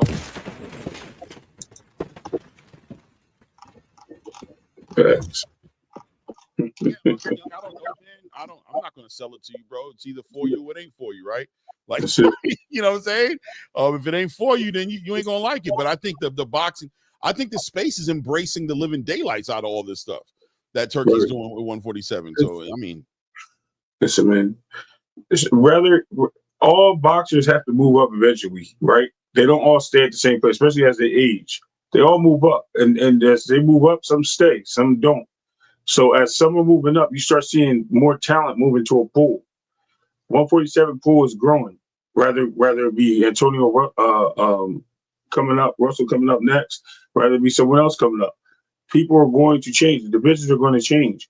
You don't expect freaking Keith Thurman to stay at 147. I hope not, because he's probably at 54 or 60 right now. But, it's okay because he moved up. You know what I mean? It's okay because you got Barrios there, right? Barrios just had a draw as a champion. So that right there says the division is not weak. You got a champion that just had a draw with somebody we didn't even know who it was. Mm-hmm. So it's not that the division is weak. It's just fighters you don't know who they are. And now you got fighters coming up that we do know who they are, and they're going to be fighting these fighters. They're going to be in the mix with these fighters. We still got Brandon Lee. I don't even know if anybody know who Brandon Lee is. Brandon Lee is a Chinese long. I still think he's a prospect. That it was just funny. But he's a 140, 147 pound fighter. He's been in between weights for the longest. And that guy's like 20-something and 0. I don't know if he got a loss yet, but he was, the last I checked, he was like 21 and 0, something like that. And that guy's a good fighter, man. And he hasn't been getting opportunities. You still got, who was the guy that Bruce was supposed to fight? Crowley? He's still in the division. Come on, man. Like, we got to stop looking past people, man, and think that everybody's just what it is because they're not in our favorite boxers division. People outgrew that guy, bro, and outgrew other fighters. It's nothing you can do about it. You got to look forward. Can't stay in one place. 100%, man. And I threw the link in there if anybody wants to come up on the panel. It's the end of the show, pretty much. Well, the end of the part we're doing. So if you want to hit the link. We can build on. We can build on the actual the cards that happened this weekend as well on those fights in the trajectory of David Benavidez now, David Morrell, all those things. But yeah, man, look, as far as 147 pounds is concerned, man, it's a great move, man. In my opinion, Hunter Young, obviously, he says, okay, so finals of competition is not the same. Ryan is a star, but as far as competition, he isn't. I'm being honest with you. Ryan Garcia has only lost to Tank Davis. You can say whatever you want to say about it. You know what I mean? That victory over Devin made a big difference. Disqualification or no disqualification. He showed what he could do when he's scared and not taking it seriously, supposedly, right? As far as, there's arguments out there to say that Ryan Garcia didn't train properly for that fight with Devin Haney, right? But he's still able to do what he did. You could take away the credit from Devin if you want to and say he's a hype job, and even though he was an undisputed champion at 135 and and became a WBC champion at 140, if you want to discredit him and discard all of his accolades because you don't like him just because Ryan Garcia beat him. But ultimately, Ryan Garcia's resume doesn't show the resume of somebody who's not going to be competition for Bozy Ennis. The eye test may have you feeling that way, but look, at the end of the day, he's in the division. We'll see. Until he loses, he hasn't lost. He says that he's ready to do this in his boxing career, and he wants to approach all these challenges. Boots is looking to get involved and become an undisputed champion, but at the same time, the prize fighter part of the conversation, that boxer gets checked by bringing Ryan Garcia into the division, by bringing Teofimo into the division, by bringing Devin into the division. It puts opportunities for not only Boots to go ahead and stay in the division and unify and maybe even become undisputed, but also get him an opportunity to get paid, right, and build up his brand. Because if he gets in the ring with a Ryan Garcia and he's able to dominate a Ryan Garcia, his brand's going to shoot straight through the roof. His money's going to shoot straight through the roof. He's going to go into 154, one of the biggest stars at 154, based on his ability to go ahead and move through this gauntlet at 147. Like I said, I think in due time, hindsight will show that Bozy Ennis' decision to stay at 147 is going to age well. Maybe not right now. Maybe it still looks like he should have went up there and fight Virgil at 154. Maybe it still looks the way it does. Maybe people are still kind of, having some wounds that they're licking as far as hoping to have seen him fight against Virgil at 154 and wanting to see that shootout. But I think his accomplishments and the money he's going to make is going to age well to say that, you know what? It was smart for him to stay there at 147. These things may have been in the works for a while now. This legitimately could have been in the works for a while and may have been one of the driving forces as to why Boots said, you know what, I'm going to hang at 147. Let's let this news come out with all these things that I know is on its way that you guys don't know is on the way. You know what I'm saying? On the way. And you guys will see that my stay at 147 had a little bit more bite to it, a little more teeth to it than you guys might have wanted to take into consideration. It is what it is. Ryan Garcia and Golden Boy is bad business. MHA, what does that say? In my humble opinion or something? Or am I making stuff up? You got it right. I mean, yeah, Yes and no. I mean, he's a money attraction. So no matter what, whoever fights was going to bring money. Young, you're a pain in the behind, bro. And yeah, right. The Listen, things he says sometimes is ridiculous. What do you say? Wait, the money should keep Boots at 147, not challenging himself, brother. What? Hold on. Wait, hold on. Y'all want to hear the fight for the money? Y'all want to start learning how to respect these fighters and what they want to do, right? Stop with, because a lot of these responses come from points you guys are trying to prove with boxers that aren't even involved in the conversation, right? So you guys have a hard time with different fighters having different stages in their career, where they are, where they're trying to be, who they are in the moment, and them having different goals, right? So you're saying things in order to connect the dots. And I know that's what's happening, right? You're trying to connect the dots with something else, right? Something else. More than likely, if it's you, Hunter Young, there's a good chance that this has something to do with Tank, right? It has something to do. It has something to do with his decisions being compared to the decisions that Duran is making, right? More than likely. I don't know that for sure, right? But where is Duran Boots Ennis right now in his career? He's made it clear that he's in a space where legacy, unifying, becoming undisputed at some point is what his goals is, right? He's shown that because challenging himself and going for the money would have had him move up to go fight Virgil Ortiz, right? But what did he show you? No, I want to become a champion in the right way. I don't like the way I got the belt. I want to earn it the right way, and I want to chase down undisputed. So him staying at 147 pounds makes sense according to his decision. But at the same time, as a prize fighter, which is ultimately what the foundation of him is at the end of the day, he might not be in that chapter right now because he turned away money to make less money to chase legacy. But it doesn't change the fact that Ryan Garcia, right, Teofimo Lopez, Devin Haney, these guys being added into that division give him an opportunity to not only earn legacy and become a champion and unify, but also give him an opportunity to make a heaping load of money, right? Did he say he's trying to make a heaping load of money? No, that's me adding to it and saying, here comes an opportunity for him to also get that prize fighter box checked in the division, right?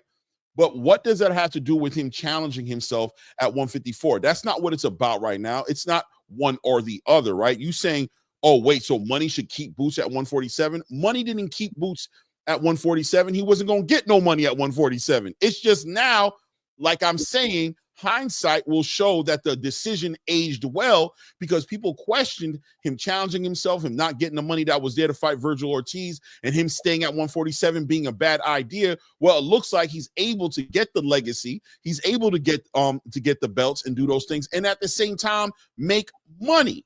So in hindsight, down the line, when we look back at this, if everything works out well for Boots, if he becomes a unified champion, if he becomes undisputed, he also now is probably going to get involved with some of his biggest paydays, staying right where he's at 147, chasing legacy. So that's how that comes full circle. I don't know what's hard to understand. I think sometimes you guys really get caught up in your fanboy energy. You really get caught up and you're not able to leave your narrative and your agenda, and you're always looking for a way to plug in a fighter who's not even in the conversation, right? Who has a complete different trajectory, who is a potential face of boxing, who is a prize fighter, who has also let the space know that he doesn't care about legacy, that he's looking for his biggest paydays, who has a whole different perspective on what he's trying to put together, but you just want to defend his position, a position that he's not asking you to defend. You're not being paid to defend. And quite frankly, we've expressed on this platform multiple times how much of a literal shit we don't give, right? We don't care about it.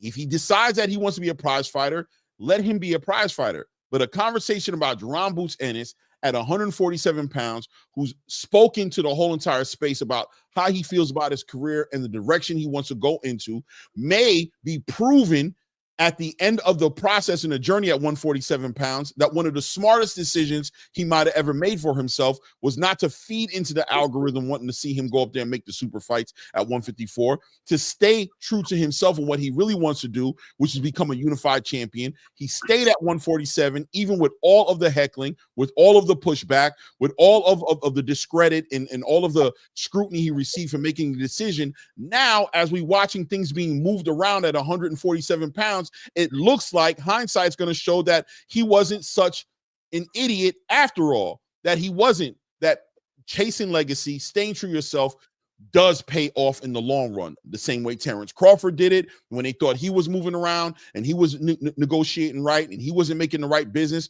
Well, hindsight shows that somebody who had a whole lot of money was watching him move, garnered enough respect for him to go ahead and put a hella big bag behind him. Needless to say about pay-per-view sales or about how many asses he put in the seats or how popular he was in his demographics, saw his talent and saw his achievements as something he wanted to get behind. And Terrence Crawford is doing what? Having the last laugh, getting the biggest fight that people thought he wasn't going to be able to do. And here we go. We're about to see him in September being the same fight. So hindsight says we'll see what Bozy Ennis' decision actually does, right?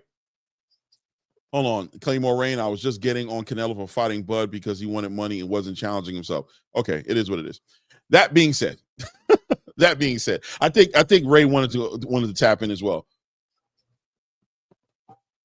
Oh, Ray, you there? Are you frozen? No, I'm not.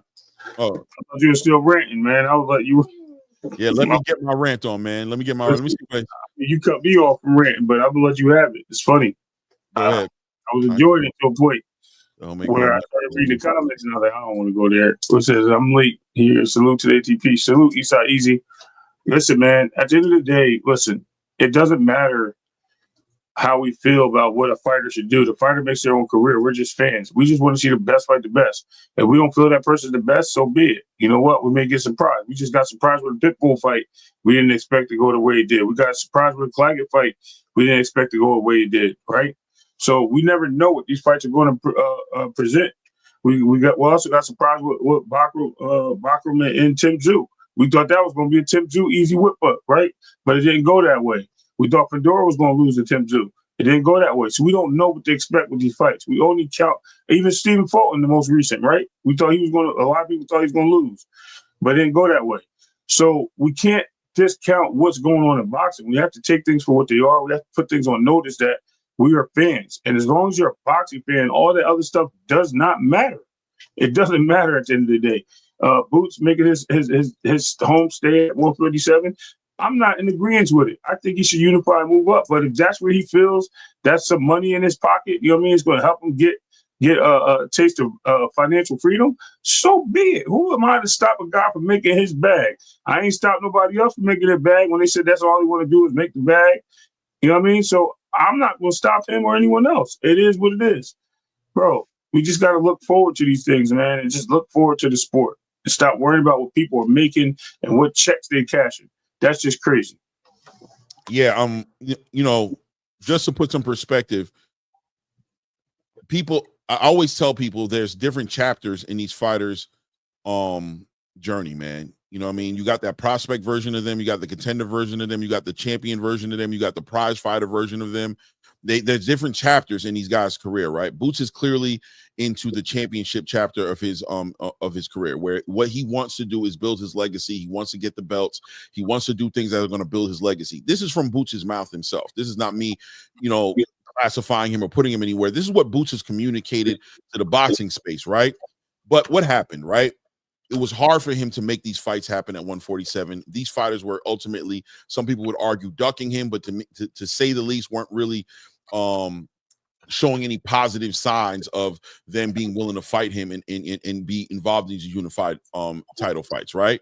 But ultimately, right at the end of his journey, when he speaks to the boxing space and says, listen, based off of a performance I had against a fighter and what everybody's saying, and me myself feeling like I need to start fighting people that are going to give me the energy to get up in the morning and get ready for them, I would consider going to 154 on the back end of no unified championships being able to be made in the division that I'm in. But what ends up happening? Brian Norman sees the performance and senior and says, oh man, we definitely making that fight happen, right? You hear even positive conversations coming from Stanionis saying, man, I'm down to make that fight.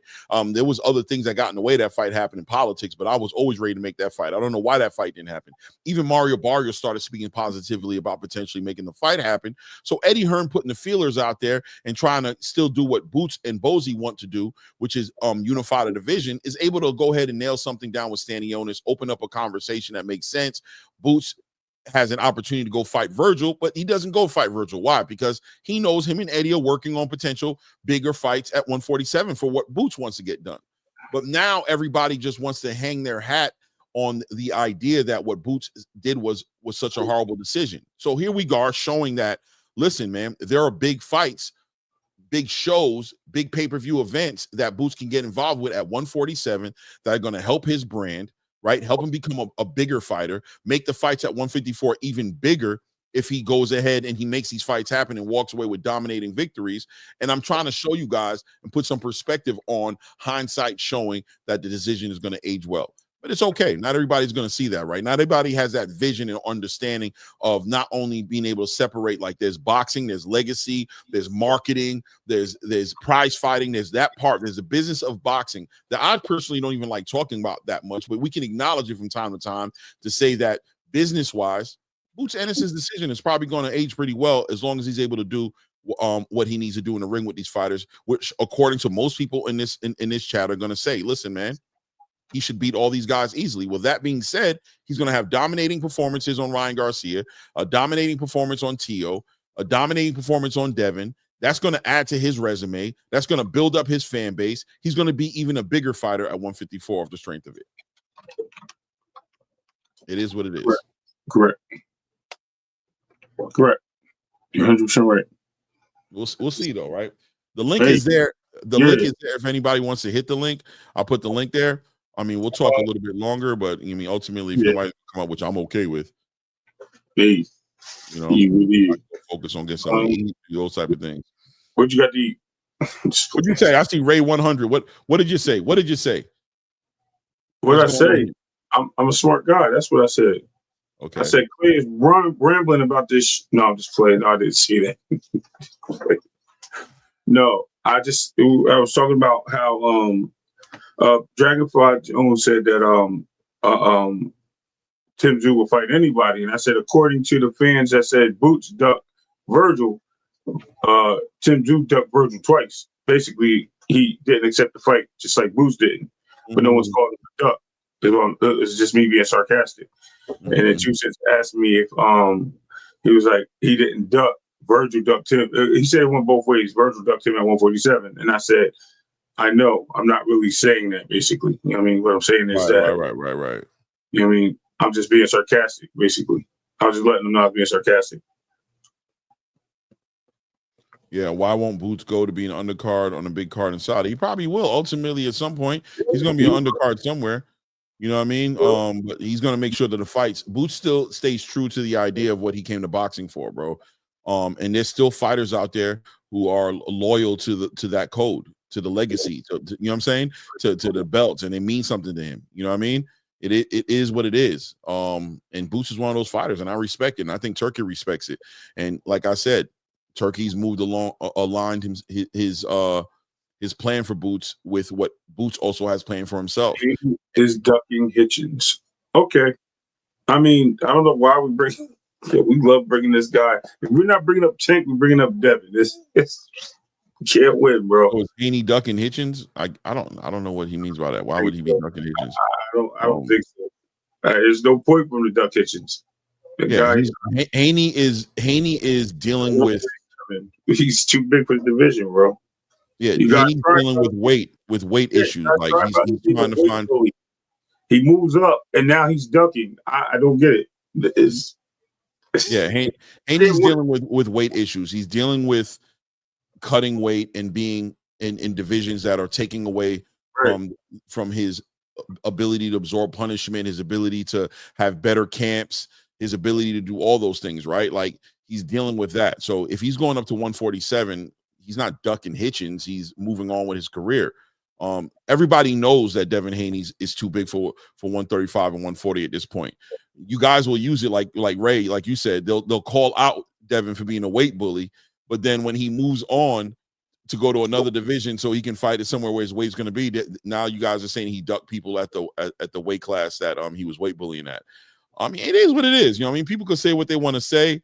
Yeah, I mean, not only can you say what you're going to say, you're going to, right? Like you're going to say what you want to say, but it doesn't add up a lot of the times, you know what I mean? They don't move the needle, man. It just all this just shit thrown in the air. Still smells like shit. Yeah, it is what it is, man. But the link is there. I don't think anybody's gonna hit it today. It's one of those days. What do you think? What did you hear about this fight getting coordinated between Anthony Joshua and Martin McCauley in Africa? I heard about it. But I heard that's why they're building an arena over there. Right. They're building that arena over there. That's gonna be a big fight if that fight happens. You know what I mean? That's gonna be a really big fight. That's supposed to be the thriller. No, the Rumble in the Jungle too. Wrong state, wrong country. That's supposed to be the Rumble in the Jungle Part 2. Mm-hmm. Yes. That'd be a good fight, man. But they talking about AJ got to get through these other 2 fights, man. So let me see. Haney much prolonged overstay at 35. There's a reason why his time at 140 was short. I mean, I guess so, Thomas. I think he could have still had a fight more or 2 there. I agree 100% what he just said right there. 100%. But I agree. I just think he could still made a couple more fights. I just don't think it's worth it for him. I think, like you're saying, Thomas, sometimes like we always talk about Earl Spence, right? He stayed at 147 too long. He just got up out of there. I think he's just reading. He's just reading from his own mistakes, right? Like I stayed at 135 too long. I feel good walking around close to here. Why don't I move up and fight here? I just think it's just a smart move on his part. I don't think it's him not being able to do it. He said he can make 140. He just wants to move up to 147. I mean, he could probably make it at a cost, but to him, it's not worth it. Yeah, man. Salute to the great one, Thomas Hill.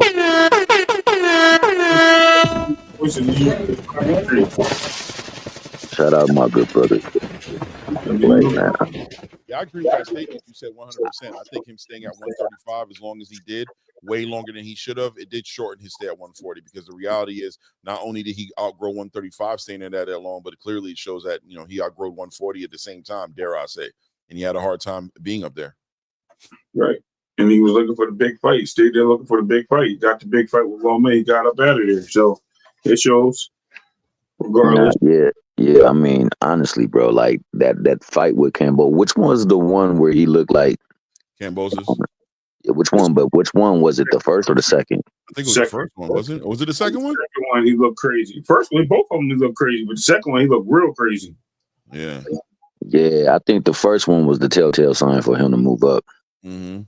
But the second one, I think it took a whole lot of him, and then he had to stay again to fight that one for Bob Arum, because Bob Arum put that in the stipulation that they would make that fight with Loma. So that first fight, I think it was time for him to go. But the second fight, for sure. And I think he stayed one more fight after that. And I think that like kind of damaged the shelf life that he had at 140. He was going to have to go up because, I mean, hell, when you look at his first 40 fight, man, he stopped in that ring. He damn sure was pushing almost 170, bro. He wasn't too far from it. No, he wasn't, man. They said 165. I know 5 pounds don't seem like a lot, bro, but hell, if you can scale up one night from 40 to 65, you don't think that during the day you can almost get 5 pounds as well, too?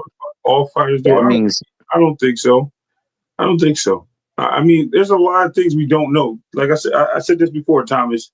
I said, what if that fight continued because the WBC told him he had to lose those 5 pounds or come closer to the weight of Regis? We don't know which way that went. he could have lost weight getting to that before that fight. We don't know if he had to lose weight. We don't know anything. We're just assuming and we're speculating that he gained weight. He didn't look too much bigger than Regis. Regis is a weight bully. Regis has been campaigning as a weight bully the whole time. Nobody ever called him out on it because he got bullied. He was weight bullied by a guy that came in bigger than him. He didn't expect it. Regis thought he was going to come in. I think that's also significant to the way his performances waned at the end as well, too. I think that he was also over the way, but and nobody said he wasn't either. I mean, just back in the day, all right, Clay, for example, back when you started watching fights, you remember the weight they weighed in and then the weight they took the ring? How far away from the weight they had to weigh in were they within the range? I always saw the normal range for me was always like inside of 10 pounds. Inside of 10 pounds, correct? For me, yeah, that's what I'm used to seeing, what I remember seeing. Yeah. But I mean, obviously with science and what's going on with this whole Victor Conte situation and Snack, I mean, I've always acknowledged that that's a big deal, a big part of why Devin's able to supposedly gain 25 pounds overnight. Exactly. Now we are in a time when a lot of these fighters are blowing up more than 10 pounds within the night of a fight. 25 is, I wish I could lose 25 pounds in a day, bro. No worries. I really wish I could. I got a plan for you. It's called Ostarine, but in IVs. Let's mess with you. Listen, these guys today. I'm just saying though, Ray. Like that's why he'd only had that fight in him at what's the name at 40, man, because he had stayed so long past the time that he should have been at 35. He came at 17. Thomas, you gotta remember. And I'm not saying this to disparage him at all. No, I'm just saying, like, if we expected him to have a. Let me rock real quick. See, we're forgetting about the era of Floyd Mayweather, Manny Pacquiao, Canelo, and Cotto, and these guys coming in as super middleweights fighting these guys at welterweight. We forget about Paul Williams, who was a mastermind of coming in at 147 and being a super middleweight. Are we? Yes, we are. We're forgetting about these guys doing that. So they've been doing it for a long time. This is not something that just occurred. These guys always been doing this. It's just something that we're recognizing because it's either we're concerned with their health. One, we're recognizing it because somebody spilled the beans and we're just trying to throw darts at the fighter that we don't like, or we just care because we want to just be a part of a conversation. There's no reason why we even should have a worry about this because Boots comes in at almost 180 after he rehydrates. Yes, he comes in. Listen, Boots will come in, he'll make his 10-pound rehydration, and from there, he'd be big. Thank you. Winky Wright was another one fighting at 147, 154, and ballooning up to super middleweight, junior to light heavyweight, I mean. Bro, Vladimir, look, I got it all over record, bro. I'm telling you, this has been happening for years. This is nothing new. This is just something that we're talking about because, again, these are just things that are thrown because they draw attention to the fighters that people don't like. And people are using this to gaslight the room. That's all it is. It's all good though. Yeah, I agree. No, I agree with one thing though. I think it is getting a lot of attention now based on the characters that are in the conversation. Based on the characters that play, that's where a lot of this is coming from. I've never given that much weight to no rehydration. I don't really care. I'll be honest with you. Even me saying that it's like around 10 pounds or inside of 10 pounds, that's me just off what I can remember, because the truth of the matter is I never cared. I never followed it like to find out what the rehydration was the next day. But from time to time it would come up in conversation. Today I think it's way more popular to talk about this and this becoming an issue, right? My whole thing is if you can make the weight, if you can cut the weight and make it, then you're good there. But I do think it becomes a little toxic when I start seeing what I saw with Devin, right? With these, with these crazy looks on the scale. Like, it was like, Jesus, what I'm saying? Unhealthy. And then, you see a fight with what he went through with Ryan Garcia, and he seemed punchy to me. It seemed like everything that hit him clean, hurt him really bad. And it makes me wonder if the weight cut had anything to do with it. So if Devin Haney could make 140, and if he gains 25 pounds the next day, that's his business, right? That's up to the sanctioning bodies and the boxing, the authorities in boxing that control that type of shit to regulate it where they want it to be. And as long as Devin Haney is in compliance with all those regulations, I'm all for it. My main concern is getting the best version of him the night of that fight, right? The most healthy version of himself, so I can see him compete at the highest level and test himself, and I can also gauge what kind of fighter he is. I don't want to see him in a fight to where he loses the fight or he wins the fight whatever it is. But at the end of the day, all these extra intangibles start to come into conversation. Did he cut the weight right? Did it hurt him here? Did it help him here? Like, just be healthy the night of the fight, and you know, gain your weight back however you do it, but be the best version of yourself that night to compete against the best version of somebody else that night. You know what I mean? I feel you. See, this is the thing, man, and this is why many people get disheveled. First and foremost, man, my intention was not to come on here and hate on Devin Haney. I was not going to, nor have I ever really hated on Devin Haney. I know a lot of people, especially Haney fans, get very sensitive about the situation. But all I'm saying is, when you stay at a weight that you're really, really not supposed to be at for far too long, it takes away your time at the next weight, especially if that's only a few pounds up. And I think that that's ultimately what people got to reason with when they're talking about, is he ducking another fight at that weight class? Nah, man, he's actually spent that time where he should have been at 140 at 135. I agree with that. And to be truthfully honest with you, Clay, it was within 2. It usually was anywhere within 3 to 7 pounds that it would be the next day that they would be weighing in. But we got into a point where these fighters, all of these fighters, for the most point, and I won't say Manny Pacquiao, because we got to remember where Manny Pacquiao came from. He came from a little weight. See, these people that are really bad are the people that be walking around at 200-something pounds, be fighting at like 160, 170. Carlos. Like, why are you fighting at that level? And why are you doing that to your body for so long? And that's the only problem that I have with people, because people often take time to dig at people. I've never dug at anybody in their career. Now, I may have had banter with people in the chat that may have like talked like they know what it is to go through the problems that these fighters go through when they going through a training camp or anything like that. But at a fighter, nah. Right. I will occasionally call out nonsense when I know it to be nonsense, but Yeah, a fighter, nah. And I mean, this ducking thing, man, he probably just can't get to that weight safely without being who he really wants to be in the ring, or who he possibly could be in the ring. And that's all I'm saying. I mean, 100%. I agree. at with you one 100%. point, at what point in time when you're not eating, like you get sick and you don't eat, how do you feel? Do you feel like you can go pick up a ball and go play a couple of full court basketball games, or pick up the football and go collide up into somebody, make some tackles and things like that? You're not going to be at your best. You're sick. You can't even go to work. Yeah. So how do you expect to get in that ring and be the person that you're training yourself to be when you ain't got all the everything within you that you need? Yeah, your faculties aren't 100% where they need to be. Yeah. How are you going to be able to compete with what God gave you? And I think, you know, that's what it is with Devin, right? Like, you're not competing with everything you can compete with when you're sitting here focused on, and listen, it's the advantage. It's the weight bullying, you know what I mean? The quote unquote, the weight bullying strategy, right? These fighters are always doing it. I think it was Rosclott who once said that every single one of these fighters are weight bullies except for heavyweights, right? Because they're all fighting where they don't walk around at. They're nowhere near that weight, and they're all trying to get that leverage. That's the whole point of them being in these divisions and competing there, is because they're trying to weight bully.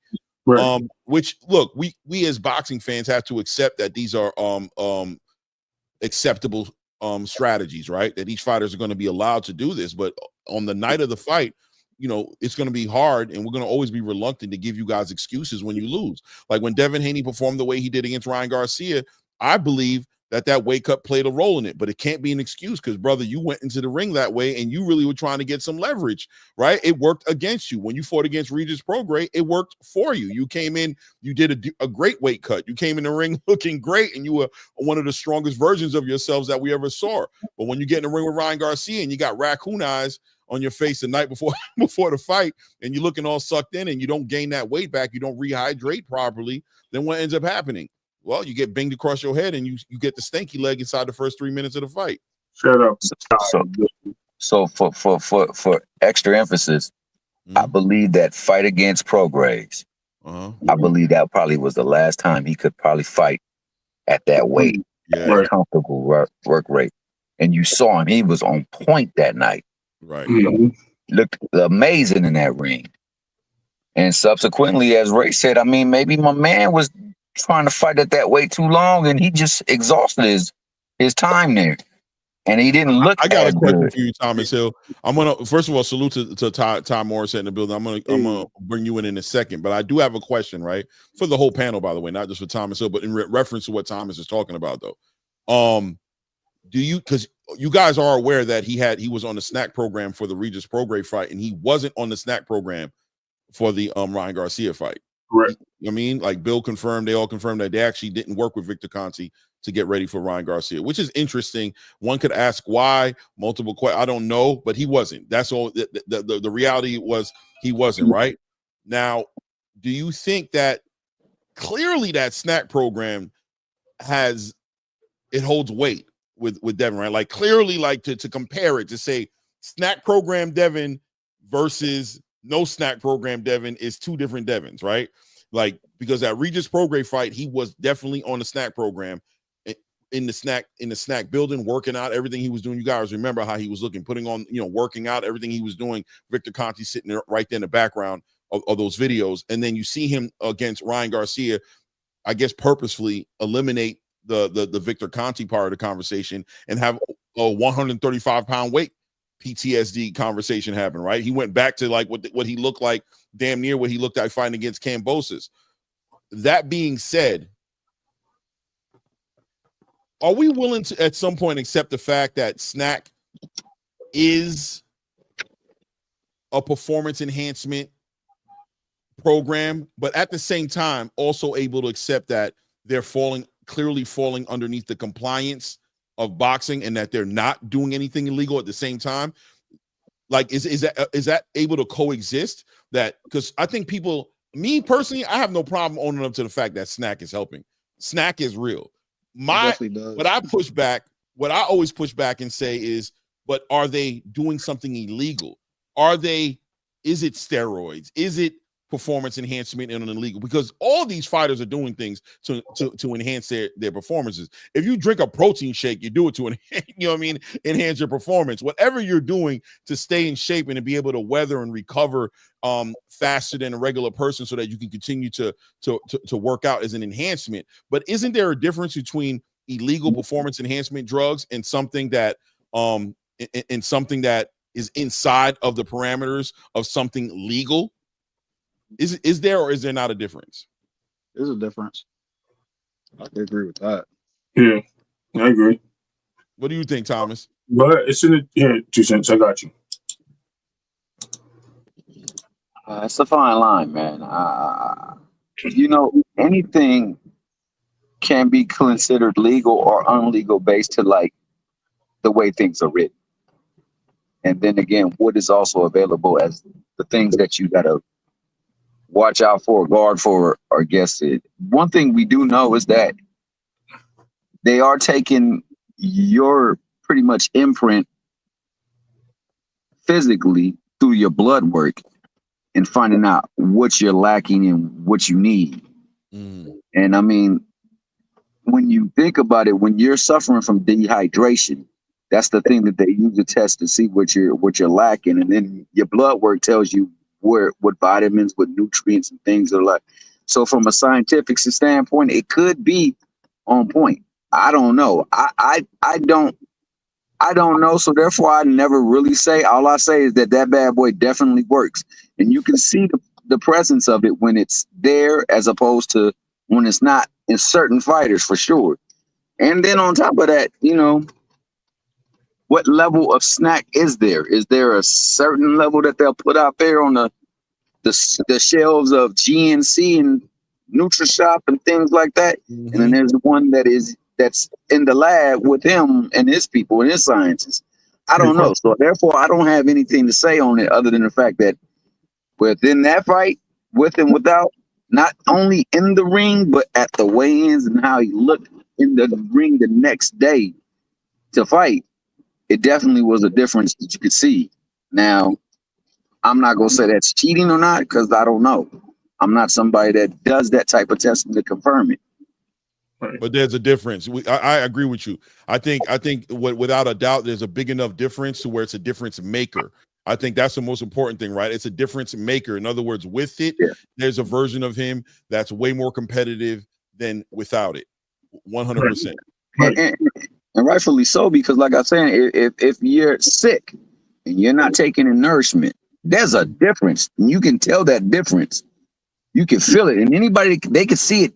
It'll look on your face, your skin, your eyes. There are so many tell signs when you're not feeling well and you're not getting nourishment. The way your face looks, the way the touch of your body, all that stuff will be an indicator. Right. So yeah, I'm pretty sure you're gonna feel a difference when you're getting some good stuff.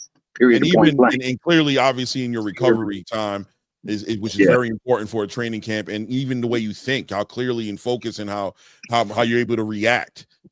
You know what? And that ties into being like spent, because when you're spent, you can't even focus. Or it's kind of when you're sleep deprived. Brother, they say it's almost worse than. I got damn near 8 hours of sleep last night, right? And I say that significant because I'm not known for getting that much sleep. I'm a dumbass. I'm sleeping on 5.5 hours, 5 hours. You know what I mean?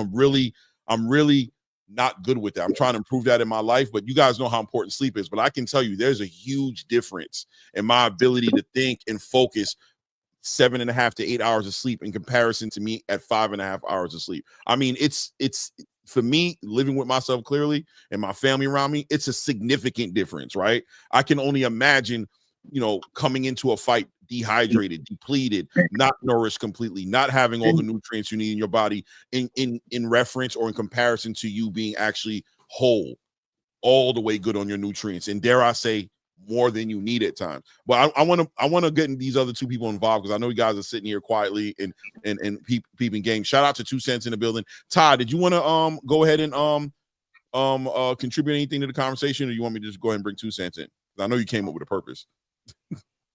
I got called out by Ray, but I would like to add for. Oh, you got called out? Okay. Yeah. I called up. I ain't calling out. He put the Batman signal out there. There is like a couple versions of snack available. Like when you're patched or sponsored by them, they do tailor make something for just you, which is different from what you would get out of GNC or over the counter. Mm-hmm. Okay. 2 Cents, how you doing, Queen? I need a sound that sound like I'm shaking a wooden table when I come up here. But, sound good right now. I'm just kidding. What's up, Jack? What up? But I got the stainless steel table up here right now. You got the stainless steel? You good? The stainless steel, and I got the wheels locked in, so you good. But I always think this snack conversation is a good conversation, to be honest with y'all. Bottom line for me, Victor Conte gonna always be suspicious. I don't care who he worked with. I don't care whatever the case may be, because of the history. And the history, I mean, personally, I have with Victor Conte because what happened with the Olympics and Marion Jones and all of that other stuff. But I say all that to say this, right? Let's say Victor Conte is not cheating, right? But I do know all of the things and the right paperwork I need to put in place to be able to do the things that I want to do without it being cheating. You get what I'm saying? So because he's so knowledgeable about how to maneuver around things, how to do this and how to do that and what paperwork I need to do, I'm starting to believe that that's why the athletes go over there to work with him. And he's right. Fulfilling all your mineral and vitamin deficiency and all of that will enhance your performance. That is correct. But I do believe that that is a front to the quote unquote not so legal things that I may be doing. Because one, I am able to circumvent testing as long as I have access to the schedule, which is what he was doing with Balco, which is what he could also be doing with Vada, since he founded Vada and all of that. We're not aware of it. And also, I know how to get therapeutic use exemptions, so you can use this and you can do that and you can do this and you can do that. And you got to keep in mind, too, these athletes may not even be aware if they are doing something illegal. They might not even be aware of it. And the fact that we keep saying they're not testing positive, they're not going to, right, for the most part, because we already know Victor know how to overcome that. But at this point, they allow Victor in boxing for a reason, and I don't think it's because they think he has changed or he's not gonna go back and do what he did before. Like, I don't know why anybody would ever think that. It's even easier to do what he was doing in boxing than it is to do with Olympic athletes. Right? So, 2 cents. You said Victor was a founder of VADA? Yes. Oh, excuse me. Okay. So let me ask you a question. So you're telling me that somebody that did something, I'm trying to think of somebody robbed the bank and they got caught, they went to jail for it, whatever, or they just like to steal and they stopped. They went through therapy, they even did drugs, whatever. You don't think people change? You don't think people can change? And the people ask that, do I think people change? Of course I think people change, right? But statistically, most people don't. Okay, fair point. Right? Fair point. Statistically. But let me say this: if Victor were involved in boxing and he was just doing VADA and testing and not giving athletes supplements, that would be different. You get what I'm saying? He's doing the exact same thing that he was doing before, and you want to say, okay, well, he's changed. Well, let me say this. So snack has been around way before VADA. Right, so snack has been a product that's been on the shelves, just like GNC milkshakes and everything else. I'm not defending Victor because I'm with you. I don't know what he's doing. I don't have an issue with the snack products. I know. When you're working directly with Victor. Right. So what I'm saying is, when he prescribes or somebody does something, it's just supplement packs, right? Vitamin packs, things of that nature. Because snack actually makes vitamin packs too. We don't know. Just like when you go to a gym and that trainer comes over to you and says, "Hey, your BMI is here, and maybe try these supplements. This may help. This helps me. I look just like you, but your body chemistry is different, right? So he really doesn't know. Only person that can tell you is your doctor. Will tell you need more iron when you do blood work. You need this. You need that, because they get results from the lab. And in a case of so be it, Victor's not the only guy in boxing. Especially when you had the I forgot the guy that used to work with Pacquiao, right? He's not the only guy in boxing that's dealt with any type of steroid or any issues that had a history. So my point is, if he's just giving people supplements, we don't know that. If he's giving people more to supplements, we don't know that. As far as recovery and things, recovery is just anything but just adding the missing ingredients. Which they do, like a lot of people said, through blood work or whatever, things of that nature. It could be through head samples or whatever the case may be. You can test in the lab to see what's missing in the body as you're recovering to help boost your immunities. We don't know. Can I respond to that real quick? Hold on. I'm laying the plate right now. We don't know if they're giving them Viagra. We don't know what the hell they're giving these guys. All I know is that these guys, and it's not just them, it's a lot of fighters that use snack. Our favorite fighters use snack. A lot of Earl Spence has been in the snack gym. So if he's been there, most likely he had used snack at some point. Bozy Ennis has been in a snack gym. So a lot of these guys have been there. We're just not looking at, we're just looking at the people that we see mostly representing snack. And I think that's where a lot of this question comes into question. All right, let me respond to that. First, I want to say, it's not even that I'm looking at the fighters. Like I said, my vendetta is with Victor. It's unfortunate that it's the fighters that you have to point things out to, because he's working with them. If he was doing tennis, I'd be saying the same thing. Now, you say, okay, well, he's fixing their deficiencies. Once I fix my deficiency, is it my deficiency fixed? And why is it that once I'm not working with Victor, my performance looks completely different? Think about it. If I'm low on iron and I take iron 6 months, I no longer have that deficiency. I just got to maintain it and keep it going. So why is it that Devin looked one way with this fight and then he looked a different way with, I'm not saying anybody's cheating. I'm just trying to make a point. You look one way with this fight and you look a different way with this fight. And I've been working with you for years, filling my deficiencies. How am I still deficient? So yeah, I agree. Wait, hold on a second. Let me tap and add something to this real quick, right? Just to say that I think I think that suspicion comes with the game, man. And there's no way that somebody, and you said something earlier that I appreciated when you said that you would appreciate it if he was involved in one part of the aspect, but actually giving supplements to the fighters is always going to be suspicious because of what he's being convicted for. which is being able to manipulate performance enhancement drugs and that are illegal, and he spoke on being able to manipulate them as to not looking illegal when it comes up on a test. So without a doubt, he deserves to be under the magnifying glass for whatever he does in a space like this. But clearly, you know what I'm saying, he's been under the scrutiny of the sport for a long time, and he hasn't had anybody who has come in with any positive tests from using snack.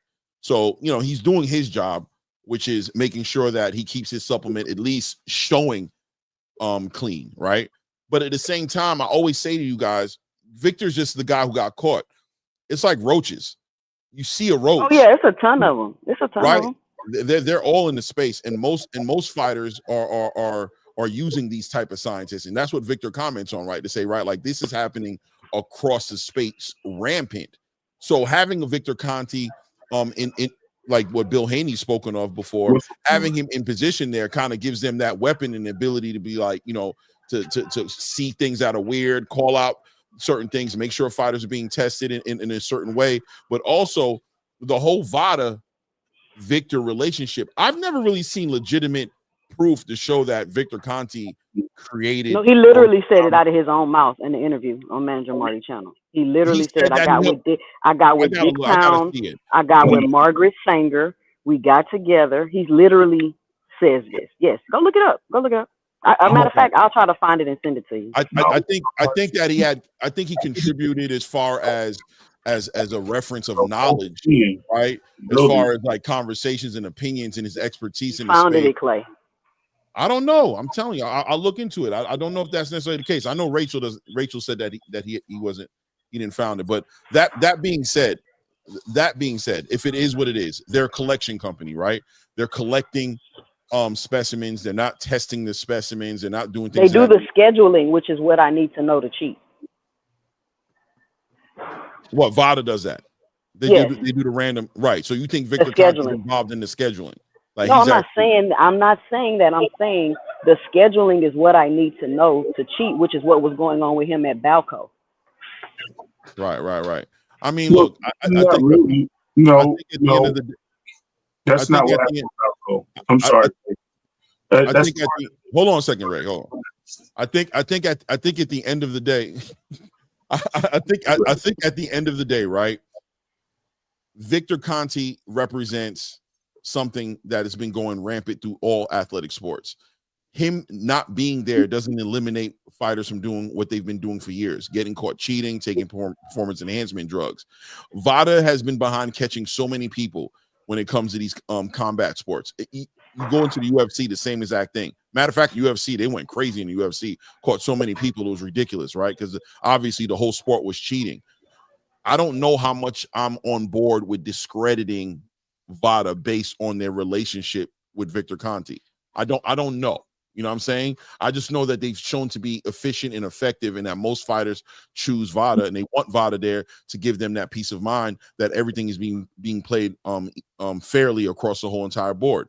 Now I've heard about USADA getting involved in the conversation and people wanting to know why they're not involved. From what I understand, USADA is just super expensive, and most fighters just don't want to pay, USADA to do it. But I never really hear the actual true solution to this situation with VADA, where the relationship with VADA and Victor Conte, I don't know what the solution is. Like, I hear there is no solution. All right, there's no solution. Take it for what it's worth. Can I tap in? Yeah, it just is what it is. But let me say this too. Damn, I forgot what I was gonna say. I forgot. Come back to me. All right. Go ahead, that's what I wanted to say. It's a lot of people in the space that do quote unquote the steroids and all of this other stuff. But you got to keep in mind, Victor is the most knowledgeable in the space, right? He knows more, and like I said, he probably knows more about the process in order to get more things done in more of a quote unquote legal way than an illegal way. But 2 cents. You get what I'm saying? Is he the most knowledgeable that you're aware of, or is he the most knowledgeable? Like, what I'm saying is, he's clearly the most famous. He's the one that's known. Okay, we'll say that then. You're right. Right. You know what I'm saying? You're right. That's my whole point. Right? I would assume that. Say that eliminating his presence doesn't eliminate the ultimate problem. If anything, in my personal opinion, no, it doesn't. His presence and the position he's holding to be somebody who's calling out the nonsense, who's speaking on it. Like, you guys are literally using his own statements against him that he's put out there to be transparent about what's going on. He's the only one who's really speaking on it, exposing what's going on. He's the actual source of information and reference that most people use to call out the corruption in athletic sports, because he's the one who's actually being vocal and transparent, whereas the other scientists who are doing this constantly for other fighters, they stay silent, right? So you know how they got serial killers that send letters to the police? Yeah, I'm sure. Yeah, you know how they got serial killers that send letters to the police because they getting away with it and they want to be all in your face. You want him to be a sociopath, like his arrogance, like he's speaking to him, but he's really doing the killings too. I got you. Yo, can I tap in real quick? Yeah, go ahead. Because I always seem to get muted on other panels when I try to talk on this subject right here, and I think it needs to be heard. Okay. But yeah, I feel like this witch hunt for Victor Conte just started with this fight with Devin Haney with Ryan Garcia popping dirty. No, it didn't. Can I talk? See, this is what they do all the time, bro. Whenever I speak on this subject, it always leaves too much for them to just hold composure, and they just end up cutting me off, and I end up getting kicked off the panel or something. But definitely, it has just became a thing since Ryan Garcia popped dirty, because when Canelo popped dirty and Vada, was catching all these other people, they popped dirty and stuff like that. We didn't hear anything about Victor Conte needing to get out of boxing or his connection with Vada or Vada being bad. It was always praised for Vada for catching these people. Vada was considered the best thing that you can do as far as testing, because they had random testing. And that was the way that they was catching people. But now, all of a sudden, since Ryan Garcia popped dirty and it's against people, some people's best interest, people who don't like Devin Haney, per se, now all of a sudden it's this big witch hunt for Victor Conte, and Vada was, terrible, it's the worst, and get Vada out of boxing, snack and all that. We got a bunch of fighters that's using snack. Not all of the snack fighters win all the time. We just saw Benavidez beat Voodoo Andrade up. He lost that fight, and he was a snack fighter. Snack fighters don't always win. And now all of a sudden, and then on top of that, Devin Haney, they was open about not using snack, for the Ryan Garcia fight.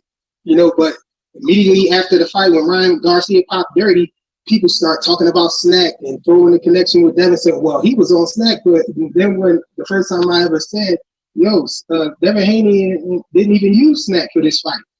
Oh, frequent flyer, you know what you're talking about, you lying, and now that it's widely known, now that people taking a different angle. Oh, well, he looked different in this fight. Look how bad he looked now.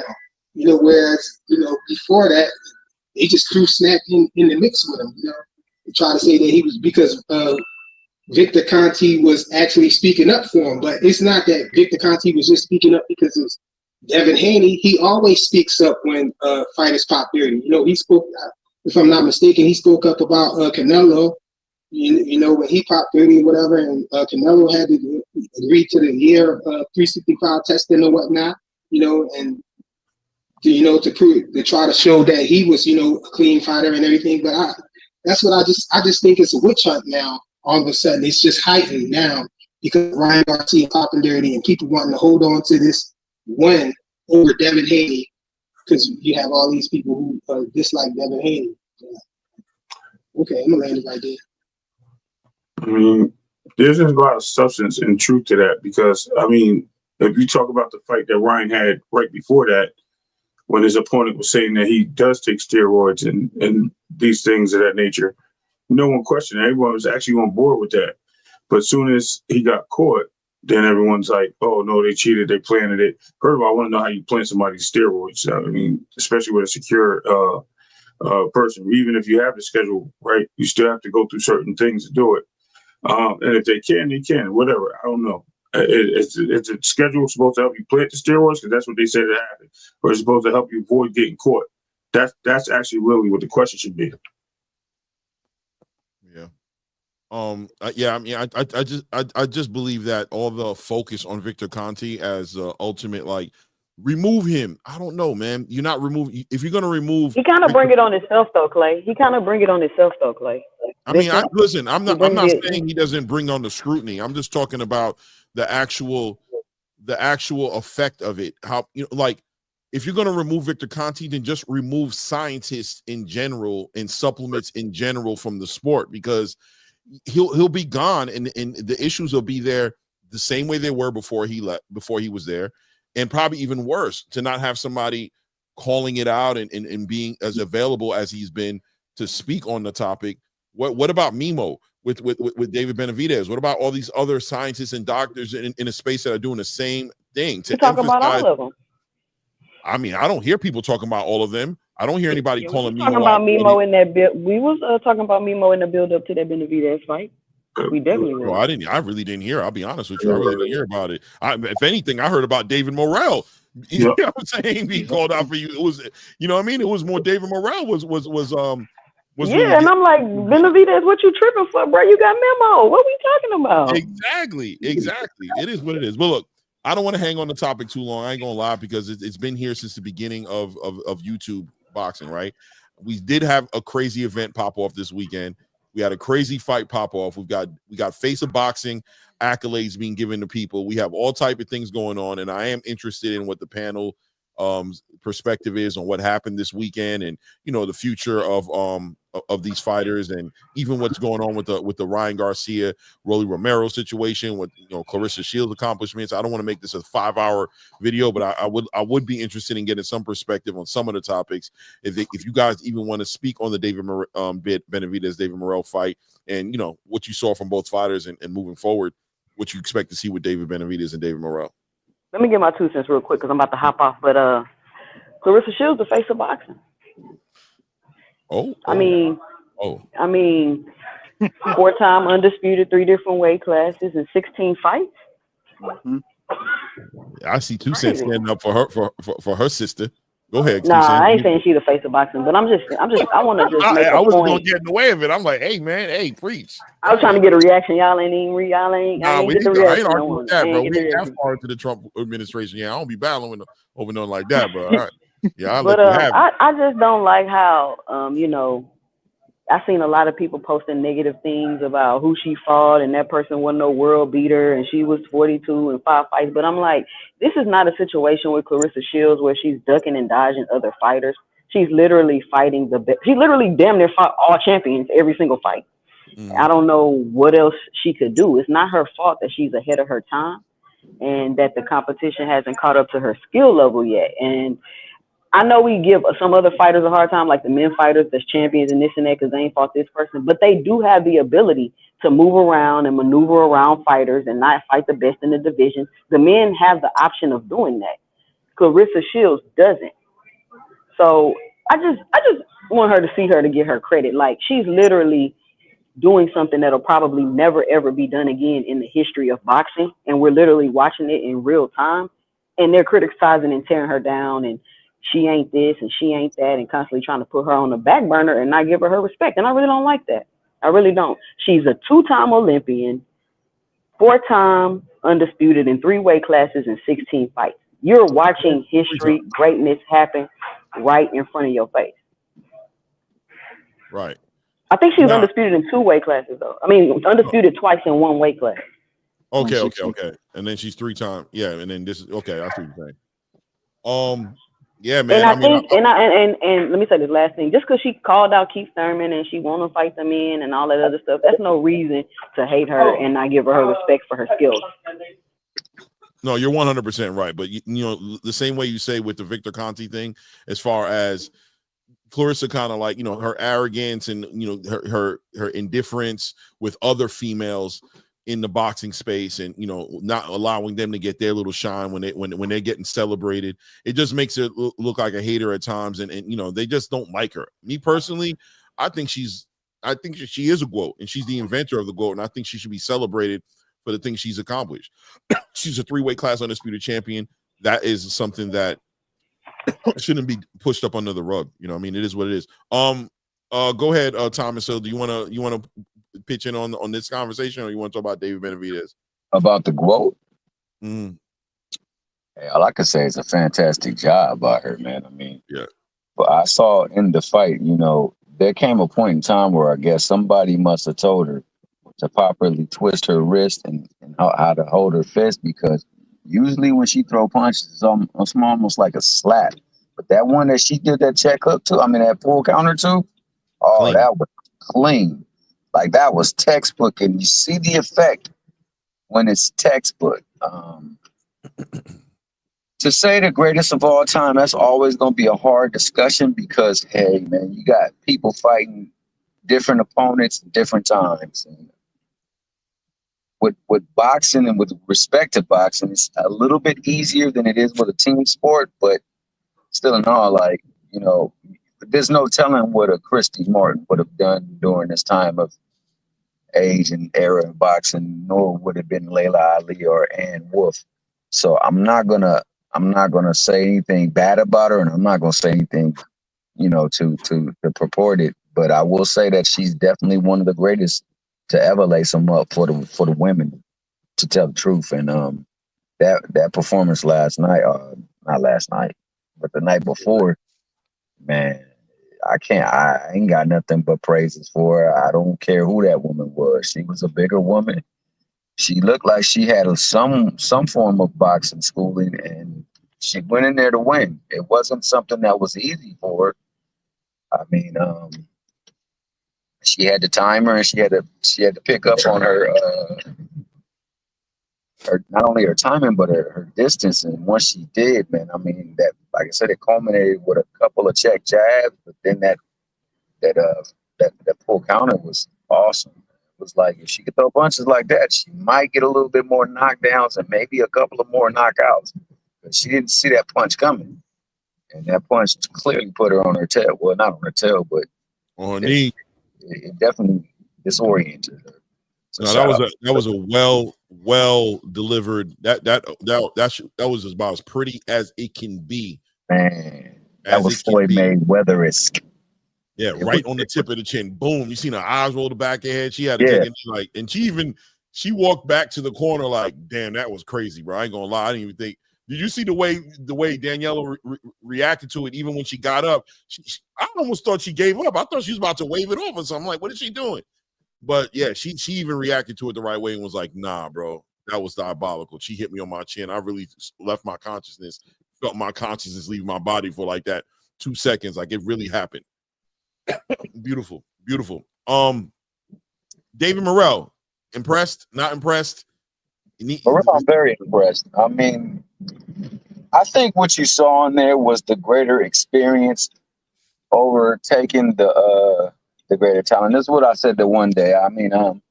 What a lot of people believed was going to happen to Morrell, because they felt he was overrated and he was overhyped, and that he really didn't have, what it takes to get in there with Benavidez and make that fight any challenge. It was a challenge for Benavidez. One that he was able to overcome because of his craft, his savvy, and his ability to once and foremost, like I said, defend, move his feet properly, and punch to openness or vacancy, as my man Aunt McQueen says. It won out in that fight, but make no mistake about it, Morrell was a hard fight for him. He never made no other opponent ever did as well against Benavidez, other than maybe with the exception of, what's his name? What's the brother's name that took the fight on short notice? I keep forgetting his name. Against David Benavidez? Yeah. Steve Rose? No, Davis. I think it's like who fought? You talking about Chiron?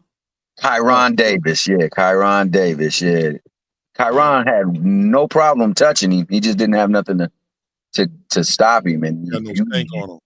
Yeah, no stank on him. And that gas tank that Benavidez got, whatever memo is given him to be endured, he got mad endurance. But it's a tremendous fight. I thought it was a really good fight. I thought it was one of the best fights that we've seen in that division for a while. And shout out to Benavidez, man. He's earned everything he's gotten.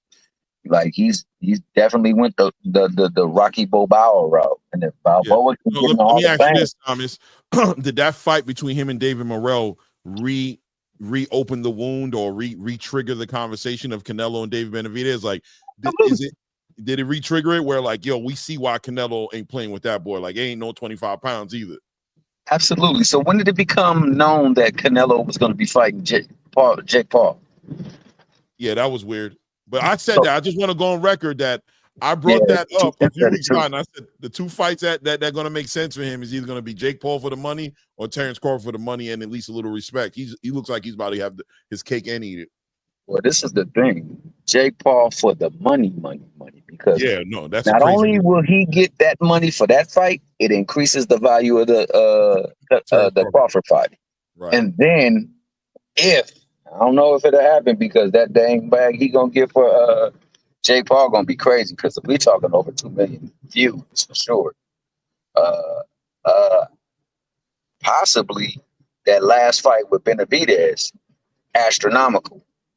Maybe not on the scale of a Jake Paul, but for boxing and its current climate, I think it shoots that way up. So yeah, it's definitely gave it an uptick for him and Canelo.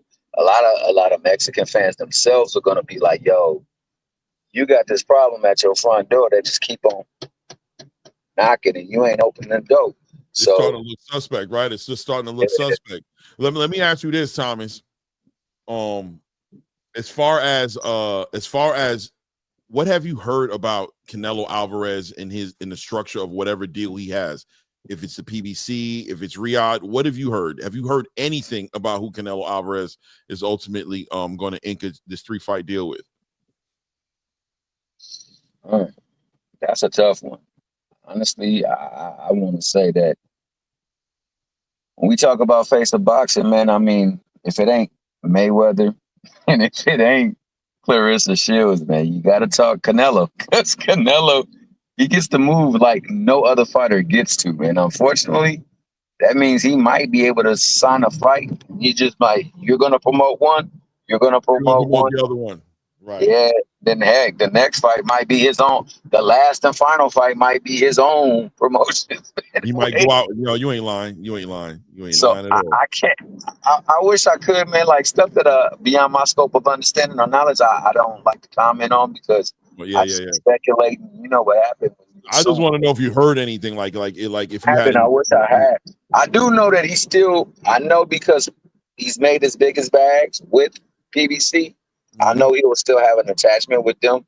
A lot of people talk bad about Al Heyman, but a lot of these people who really talking about us, right, that don't rock with us, they name their kids after him. Right. That's a relatively high level of respect for somebody that look like That's a us. fact. Al gets a lot of respect with the fighters, period. I never heard a fighter say anything but have the highest regards for Al Heyman. Nothing exactly. But the highest. And only people who don't know him and unfortunately look like us will tear him down. And that Rick Glazer dude. Those are the people that love to tear him down. And of course the people with the syndicate, the corporate complexion and things like that over there, the other things. But that I think he will definitely, because of the gratitude that he has for him, he will tie them in. They might have a small name on there, like they do with say Devin Haney Promotions, GTD Promotions. But for the most part, I think it's going to be like mercenary almost type stuff. Like I rock with you for this one, I'm gonna rock with you for that one. But we're in congruence with the fight so that it can be spread all across this world. That's how I feel, man. Honestly, I don't know if that's wrong or not, but that's how I feel. Because he used to do things I mean, this man, David Benavidez, fought to be his mandatory, and he got to be justified to not fight his mandatory. It's diabolical. Like his ability to undermine even the sanctioning bodies at times to make fights and still keep his accolades is amazing. Like it's almost like it's amazing to the point where you could be upset at one point, but it's also another point where it's just like, damn, you really him. Like you can respect him. Like you really, you really him. Like I can't even hold you. Like you really doing. I can't even be mad at you. Like if you could, why wouldn't you? If I could, why would not? Clay and Ray, with no disrespect, because this is the last time I interject. You think about the bag that he's about to make. Them people not gonna trip on no belts, because you know how much they get out of that. Oh yeah, yeah, they're not tripping, man. He dictates the pace. But I wanted to ask Ty. I want to ask Ty, man. I know you there, Ty, and I want to ask you this question. I know Philly is, you know, I know you move around in Philly, like, you know what I mean? Philly's like your second home. You know what I mean? Because you in Jersey or you in Philly? I'm in Jersey, but you know. Yeah, exactly. That's why I said second home. All right. So going into, and that is for everybody on the panel, it is what it is, but I want to ask Ty because I know the Philly connection. Seeing Stephen Fulton moving the way he moved, going into this fight, how are you feeling going into this fight? And what do you feel now that the fight is over and done with? He's a champion now, a WBC champion now, 126. Where are you at on the Stephen Fulton conversation? And I'd like you to start with where you were at before the fight in comparison to now. Before the fight, honestly, we was just looking at Fulton and Fig as a redemption arc for him. And honestly, after it, I feel kind of vindicated in a sense because now people get to see what we saw out of him. With Fig, we saw a person that couldn't move his hips, only likes to fight from the mid-range. And honestly, he wasn't a good boxer from the outside. And we exposed that. I mean, he exposed that. Okay. So right now, it sounds like you kind of went out. I don't know, but right now, my bad. Okay, so you're vindicated in basically in the spirit of you always was supporting Stephen Fulton and know what he could do, but seeing his performances in the boxing space, question his heart whether his heart was in the game anymore, or even where his career was going to be. Was it ended, or was he going to have a resurgence? You were on the side of the resurgence. Yes. Yeah. I definitely felt I definitely questioned. I wanted him to have a resurgence. I wanted him. But I questioned without a doubt. I definitely questioned. What about you, Thomas Hill?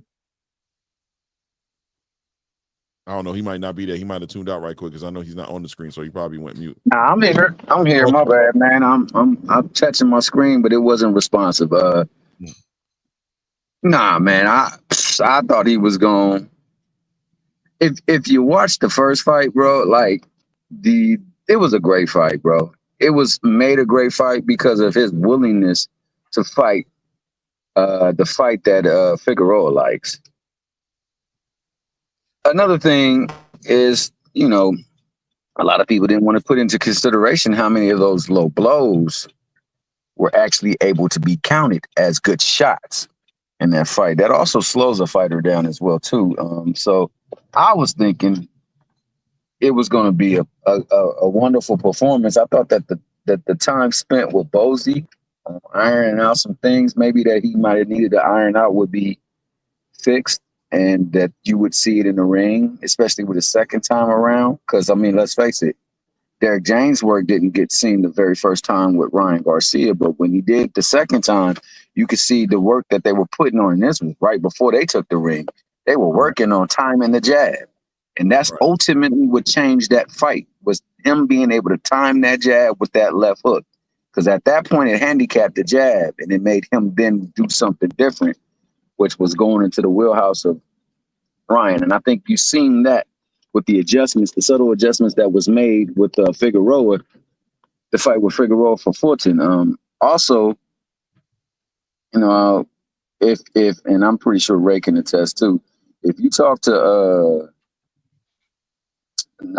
Rachel Donaire, she'll tell you off camera, especially, her time out there with Japan, and how it's a lot more different than it is when you're in the States, and how it can be impactful to the fight that you have, especially if things don't go your way. So I just wanted to say that, I didn't take, and plus, in a way, the great fighter too, on top of that. I didn't want to take too much of an impact off of that fight because, hey, it's all the way across the globe. And on top of that, it was against a very, very good fighter who is the A side. So, things are going to flow his way.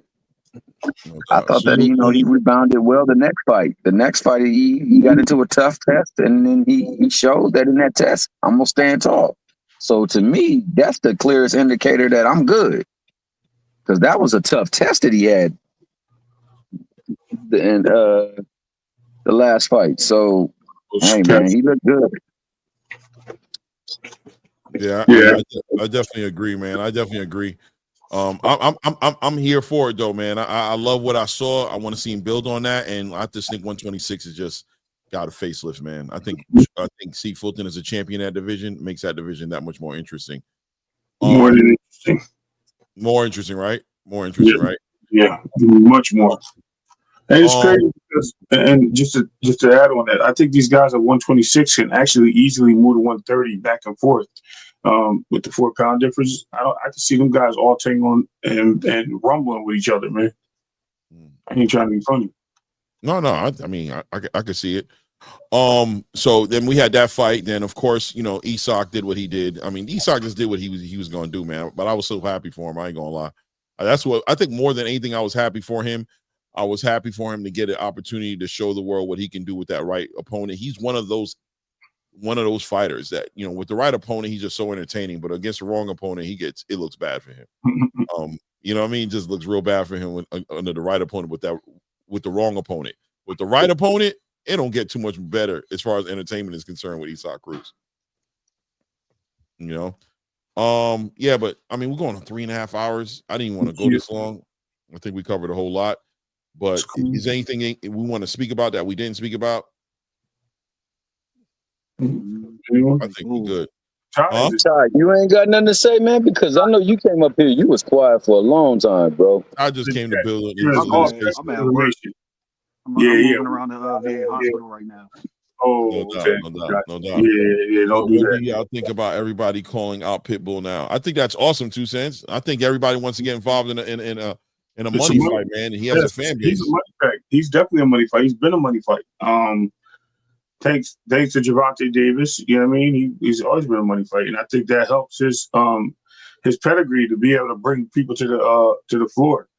Him having such a great fight just recently, man, that's crazy. That was a really good fight, believe it or not. And I think people look at challenges like that and they think that that's you, right? He just lost a fight, put on a bad performance. Before that, when he was at he fought Rolly, put on a dominant performance. Before that, he fought what's the name? And I don't know, I forgot his name, started with A. But he was down there, and that didn't look too great. So now we get to the point where Cabrera. Yeah, okay, there you go. Yeah, so that didn't look too great for him. So he moved to 140. And I think he's campaigning at the right weight. I'm telling you, I think this is where he needs to be. I think it's a challenge for him. And boxers, like I said earlier, when you take on a challenge and you put yourself to the test and you have to face adversities, that's what makes you that makes you a champion along yourself. I don't care if you win, lose, or draw. It's the way you fight and how you. Same thing with Morrell, right? To me, he won without winning. So these things happen, man, and I like those type of settings. It creates a better story for the fight. Same thing as Pitbull goes forward. No doubt, man. I agree with you 100% on that as well, man. We could talk about I think we're probably going to build a little bit more on 147 pounds probably tomorrow. But I love what's happening on 147 around. Well, I'll ask you guys this though: do you think that the Bozy Ennis decision is that 147 pounds is looking like it's aging well, and probably will look like it's aging well in the future with all the things going on as far as Ryan going up there, Devin going up there, Teofimo going up there? What do you think about that? Well, isn't Teo fighting a 140 fight unification first with Hitchens? Oh, Teo? No, I'm talking about. No, you said Teo going up there, so I'm saying is he fighting? He will be going up there. He's going later, but he's doing that unification first. Right, with Hitchens, and then he's going to go to the fight. Moving up, it just shows. It's like they're graduating. Like, I ain't trying to be funny, right? It's like you were saying earlier, how you got prospects, this, and that, right, to the professional level, to the championship level, right? We got prospects, contender, championship contender, contention, and then we got the champions. These guys have all been in that realm of the top echelons of the sport. I'm not saying they're the best, but they've been in the top echelons. So being at that point, in that pinnacle, it's only one thing for them to do is move up. I mean, they can stay there and fight guys that they're contemporaries, but are those fights too dangerous and risky? Are those guys just not worth the time? Is it not a payday for them? Or is it better for them to move up and push themselves, again, test themselves, look to do something great, and be better? That's what it comes down to. But for the other, right, yeah, we already kind of spoke about it, Ray. So I know your perspective, but I want to know Thomas Hill's. Question I asked. You know what I mean? Like, what do you guys think about the decision to stay at 147 now that you see what's going on there? You know, obviously he's going to get his unification with Stanionis, but is the decision to stay there aging well in comparison to going up to 154? I think it is. I don't want to sound biased because this is a member of the Ennis gym, but I think it's an excellent decision for him, especially since everybody's kind of gravitating back to 147. It might be one of the glory divisions again. No doubt. What do you think, Thomas? So first and foremost, man,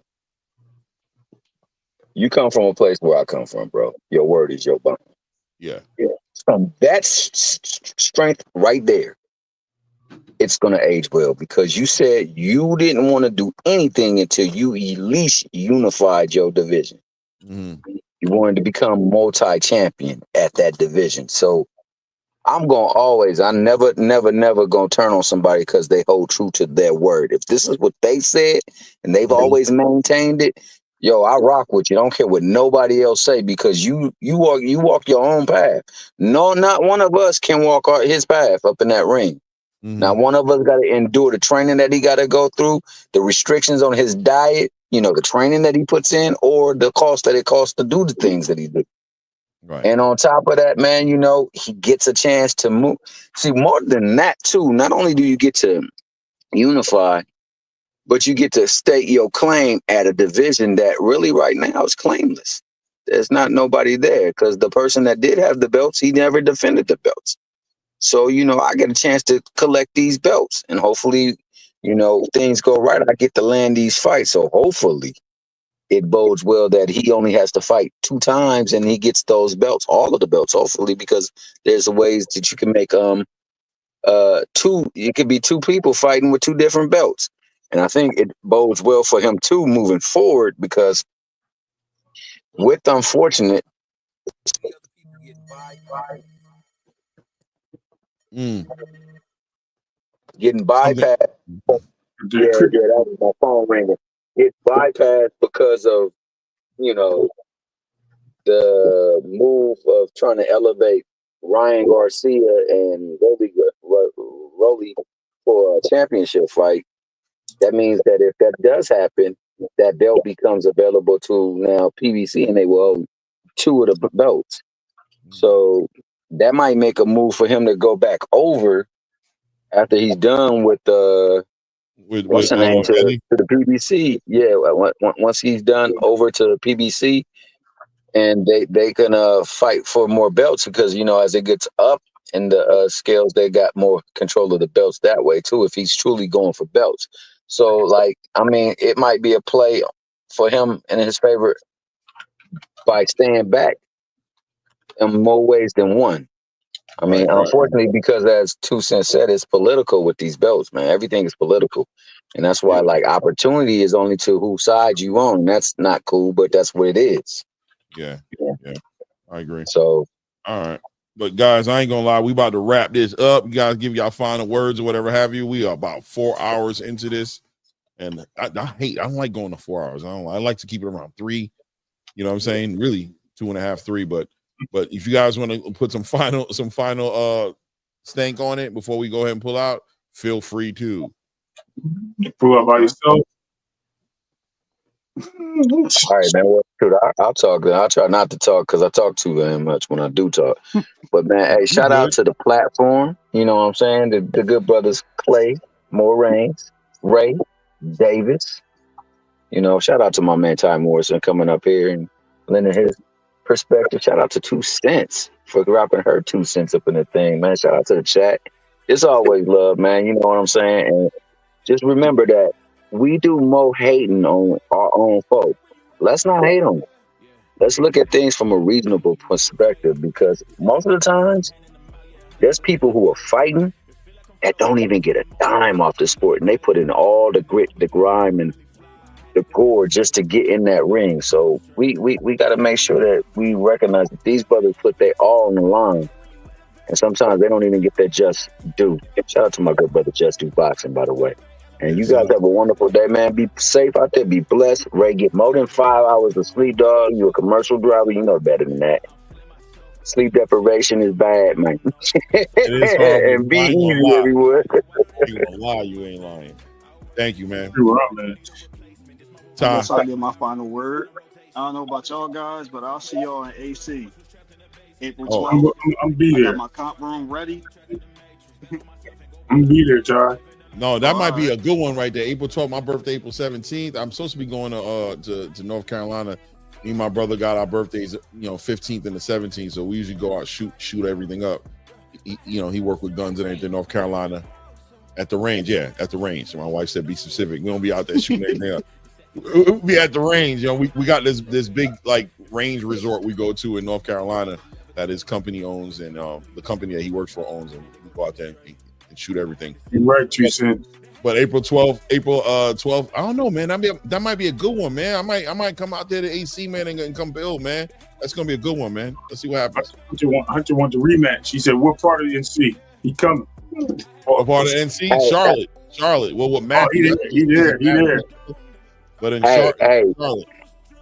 Hey, please believe this too, Ray, that if my phone is cricket, it's just because it chirps, baby boy. That's the only reason why it's a cricket phone. Don't let your man ever hate me like that again, dog. It is what it is, man. No, Hunter, look, you know hired guns. My brother's like the financial somebody for hired guns out there. I can't remember what his thing is out there, but Hyatt, he know what I'm talking about. If he's out there in North Carolina, you know Hyatt. That's like the biggest gun distributor in Charlotte, the biggest one. But it is what it is. So that's what's up. Hey, but once again, man, shout out to David Benavidez.